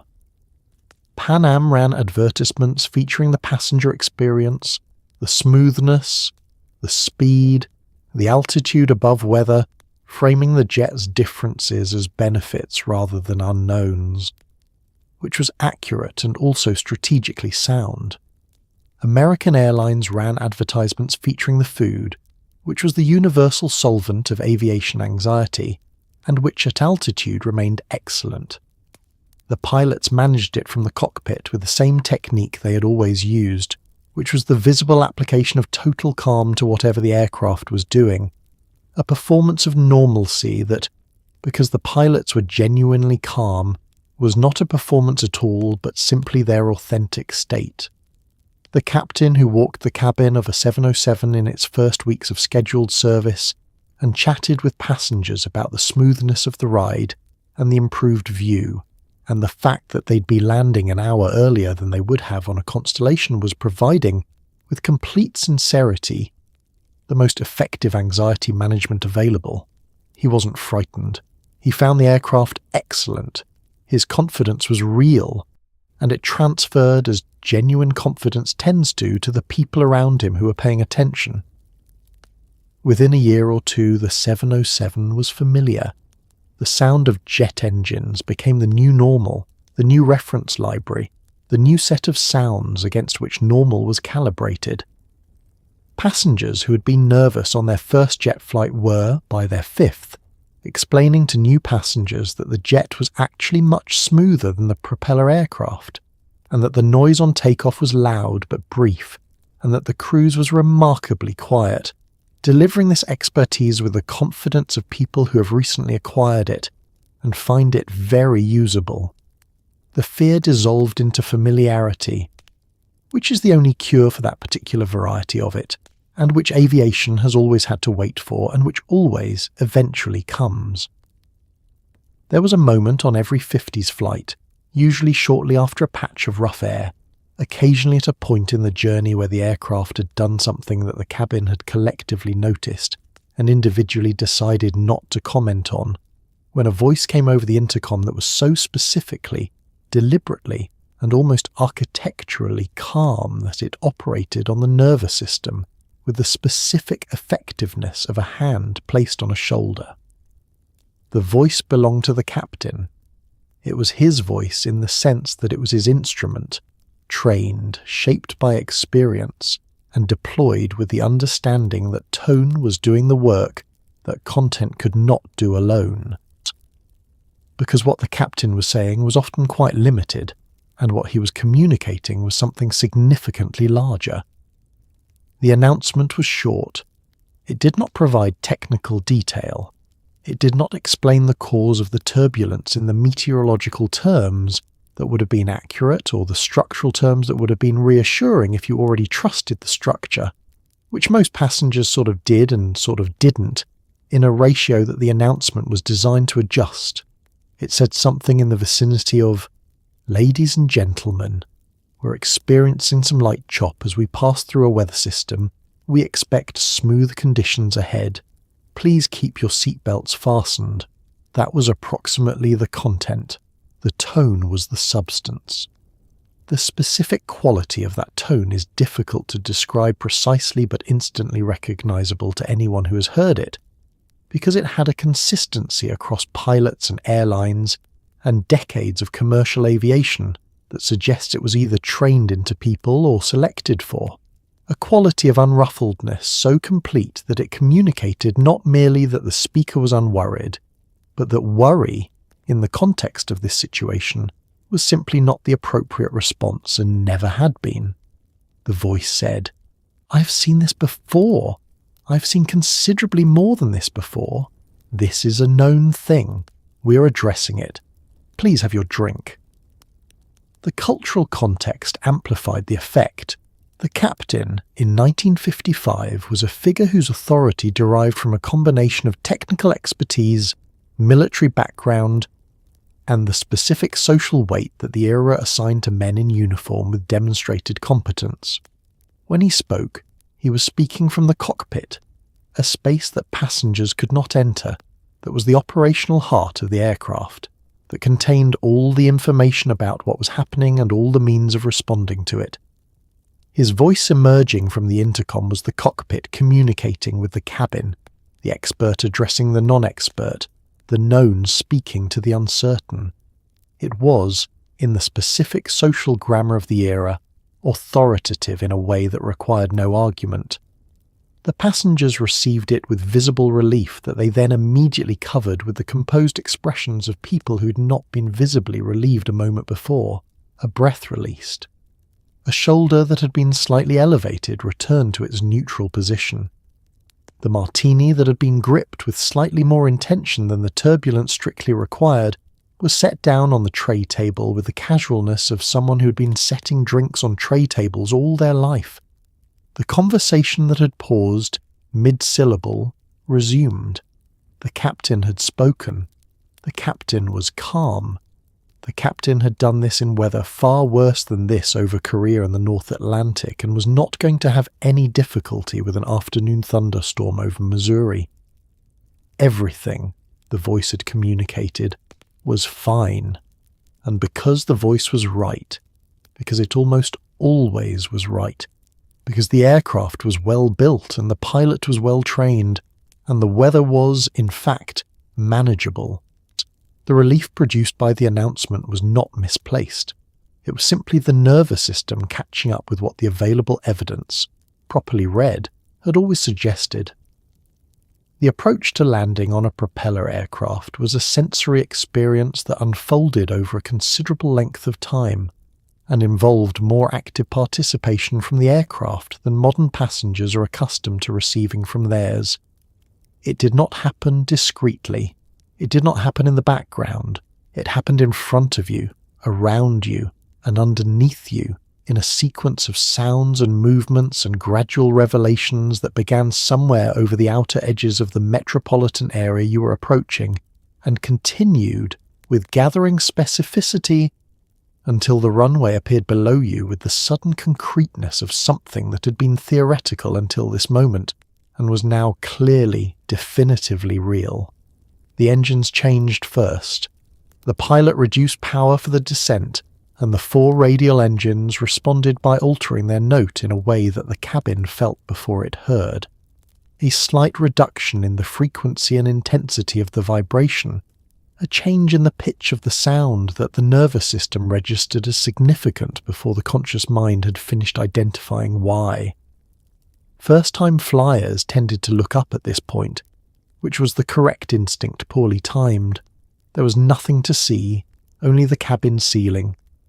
But the look upward was the body's natural response to a change that it had registered as potentially important, and about which it wanted more information than was available.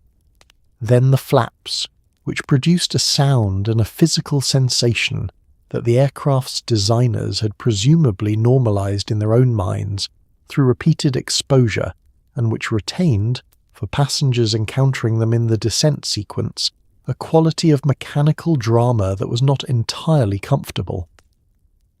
The aircraft's nose shifted.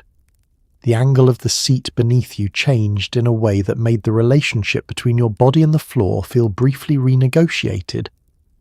The window, which had been showing you cloud or open sky for the past several hours, began showing you the ground, at first as a distant abstraction of fields and roads, then as a closer and more legible landscape, then as individual farmhouses and highway intersections, and, if you were approaching a city, the specific visual vocabulary of urban density, resolving from pattern into particulars. The landing gear descended with a sound that was exactly as loud and mechanical as it needed to be to fully confirm that something significant was happening to the bottom of the aircraft, and that this something was intentional and correct, and that the correct response was to ensure your seatbelt was fastened, and your tray table was up, and your seat was in its full upright position, which the stewardess was currently confirming with a pass through the cabin that had the brisk purposefulness of a person with a checklist and a deadline. And then the runway appeared.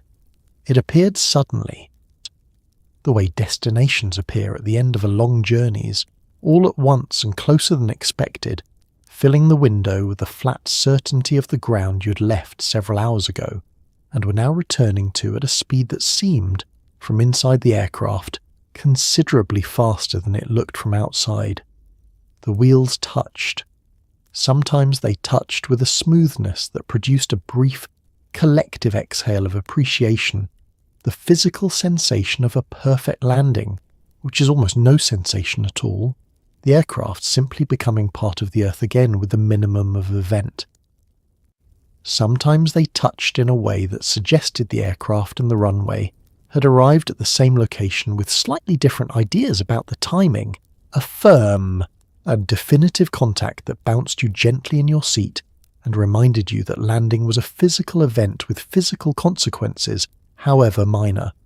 Either way, the passengers applauded every single time, because in the 1950s, a successful landing was still considered, by the people who had just participated in one, to be worth acknowledging. They were not wrong. You descended the mobile stairs back onto the tarmac, and the world received you again. The specific, outdoor, unfiltered world of the city you had flown to, with its own temperature and its own air and its own smell, which was not the recirculated, tobacco-tinged, high-altitude air of the cabin you'd been breathing for the past several hours, but something rawer and more particular and unmistakably of the ground. The descent down the stairs was the reverse of the ascent. The same mobile steps, the same tarmac, the same view of the aircraft from the outside that you'd had when you walked toward it however many hours ago, but experienced differently, because you had been somewhere in the interval, and that somewhere had changed the texture of the ordinary. You carried your coat and your bag. Your hat, if you were a man, had been retrieved from the overhead shelf and was back on your head. Your suit was the suit you'd put on that morning, which felt different now, not dishevelled, because dishevelled was not the outcome that 5 hours of careful, self-conscious air travel produced, but lived in, marked by the specific experience of having been worn in a pressurised cabin where everyone smoked and the food was good, and the captain's voice had come over the intercom once to tell you something reassuring. The suit remembered the journey even if it didn't show it, and you were aware of this in the way you're aware of things that only you know. The terminal at the arrival end was smaller, in the way that arrival terminals always feel smaller than departure terminals, because departure is anticipation, and arrival is completion, and completion requires less space. You move through the arrivals hall toward baggage claim, where your luggage, tagged with that small cardboard label, loaded into the hold by ground crew whose faces you hadn't seen, carried in the belly of the aircraft through several thousand miles of air. Ye would eventually appear on a simple carousel or be brought to a counter by a porter and identified by that same tag. The wait was patient in the way that the era's waiting was patient, without the specific modern anxiety of a person watching a tracking app that has stopped updating. The people waiting for you were there, at the arrivals area, which in the 1950s was a space you could stand in without a ticket, a space where the public and the travellers met directly, rather than through the intermediary of a barrier and a security checkpoint. They had dressed for this in many cases. Coming to meet someone at the airport was an occasion, with the same social weight as seeing someone off, and it was dressed and behaved accordingly. The reunion, a handshake, an embrace, a look of recognition that contained more than recognition, and these happened in the terminal, in public, in front of strangers who were conducting their own versions of the same scene, and who understood it without needing to look. You walked out through the terminal's main doors and into the city, and you felt, even if you could not have articulated exactly why, that you had done something. Not just travelled. Travelled was the functional description, accurate and insufficient. You had participated in one of the defining experiences of the mid-century modern world. You had dressed for it and sat in it and eaten a 3-course meal during it, and gripped the armrest through the turbulence, and heard the captain's voice and applauded the landing, and descended the mobile stairs back to the earth, with your hat on and your bag in your hand. You had flown, and in 1955. That still meant something that the word itself couldn't quite contain, a residue of wonder that the experience left behind in everyone who had the occasion and the means and the specific good fortune to do it. You tucked your boarding pass into your breast pocket, not because you needed it for anything, but because it was evidence, and evidence sometimes is worth keeping. And so, here you are. You've made it through the full flight, the pressed suit, and the tarmac walk, and the 3-course meal at altitude and the martini that hit harder than expected somewhere over Oklahoma. You've sat in the wider seat and heard the captain's voice, and felt the wheels touch down and added your applause to everyone else's, because it was earned, and you knew it was earned. And in the 1950s, that kind of honesty about what deserved acknowledgement was still available to people without embarrassment. Think about what those passengers carried with them onto those aircraft. Not just the leather bags and the good coats and the carefully selected reading material for the journey, but the specific courage of a generation that had decided collectively and without much fanfare to trust the machine, to climb the mobile stairs and sit down in the cabin and eat the meal and look out the window at the ground receding beneath them and accept, with the equanimity that the era valued above most other qualities, that this was the world now, that human beings flew, that the Atlantic could be crossed in a day, that the country could be crossed before dinner, that the impossible, given enough engineering and enough faith and enough radial piston engines running in synchrony, had a tendency to become merely extraordinary, and the extraordinary had a tendency to become routine, and routine eventually became the baseline from which the next impossible thing was attempted. They did all of this in heels and suits. They did it without seatback screens or noise-cancelling headphones, or the option of paying $14 for slightly more legroom. They did it with cotton wool earplugs against the engine noise and paper bags in the seat pocket, and the collective atmospheric contribution of 40 passengers smoking simultaneously in an enclosed space. They did it on their best behaviour, because the occasion demanded it, and because they had decided, whatever private fears they carried aboard with them, that the occasion was worth the behaviour it demanded.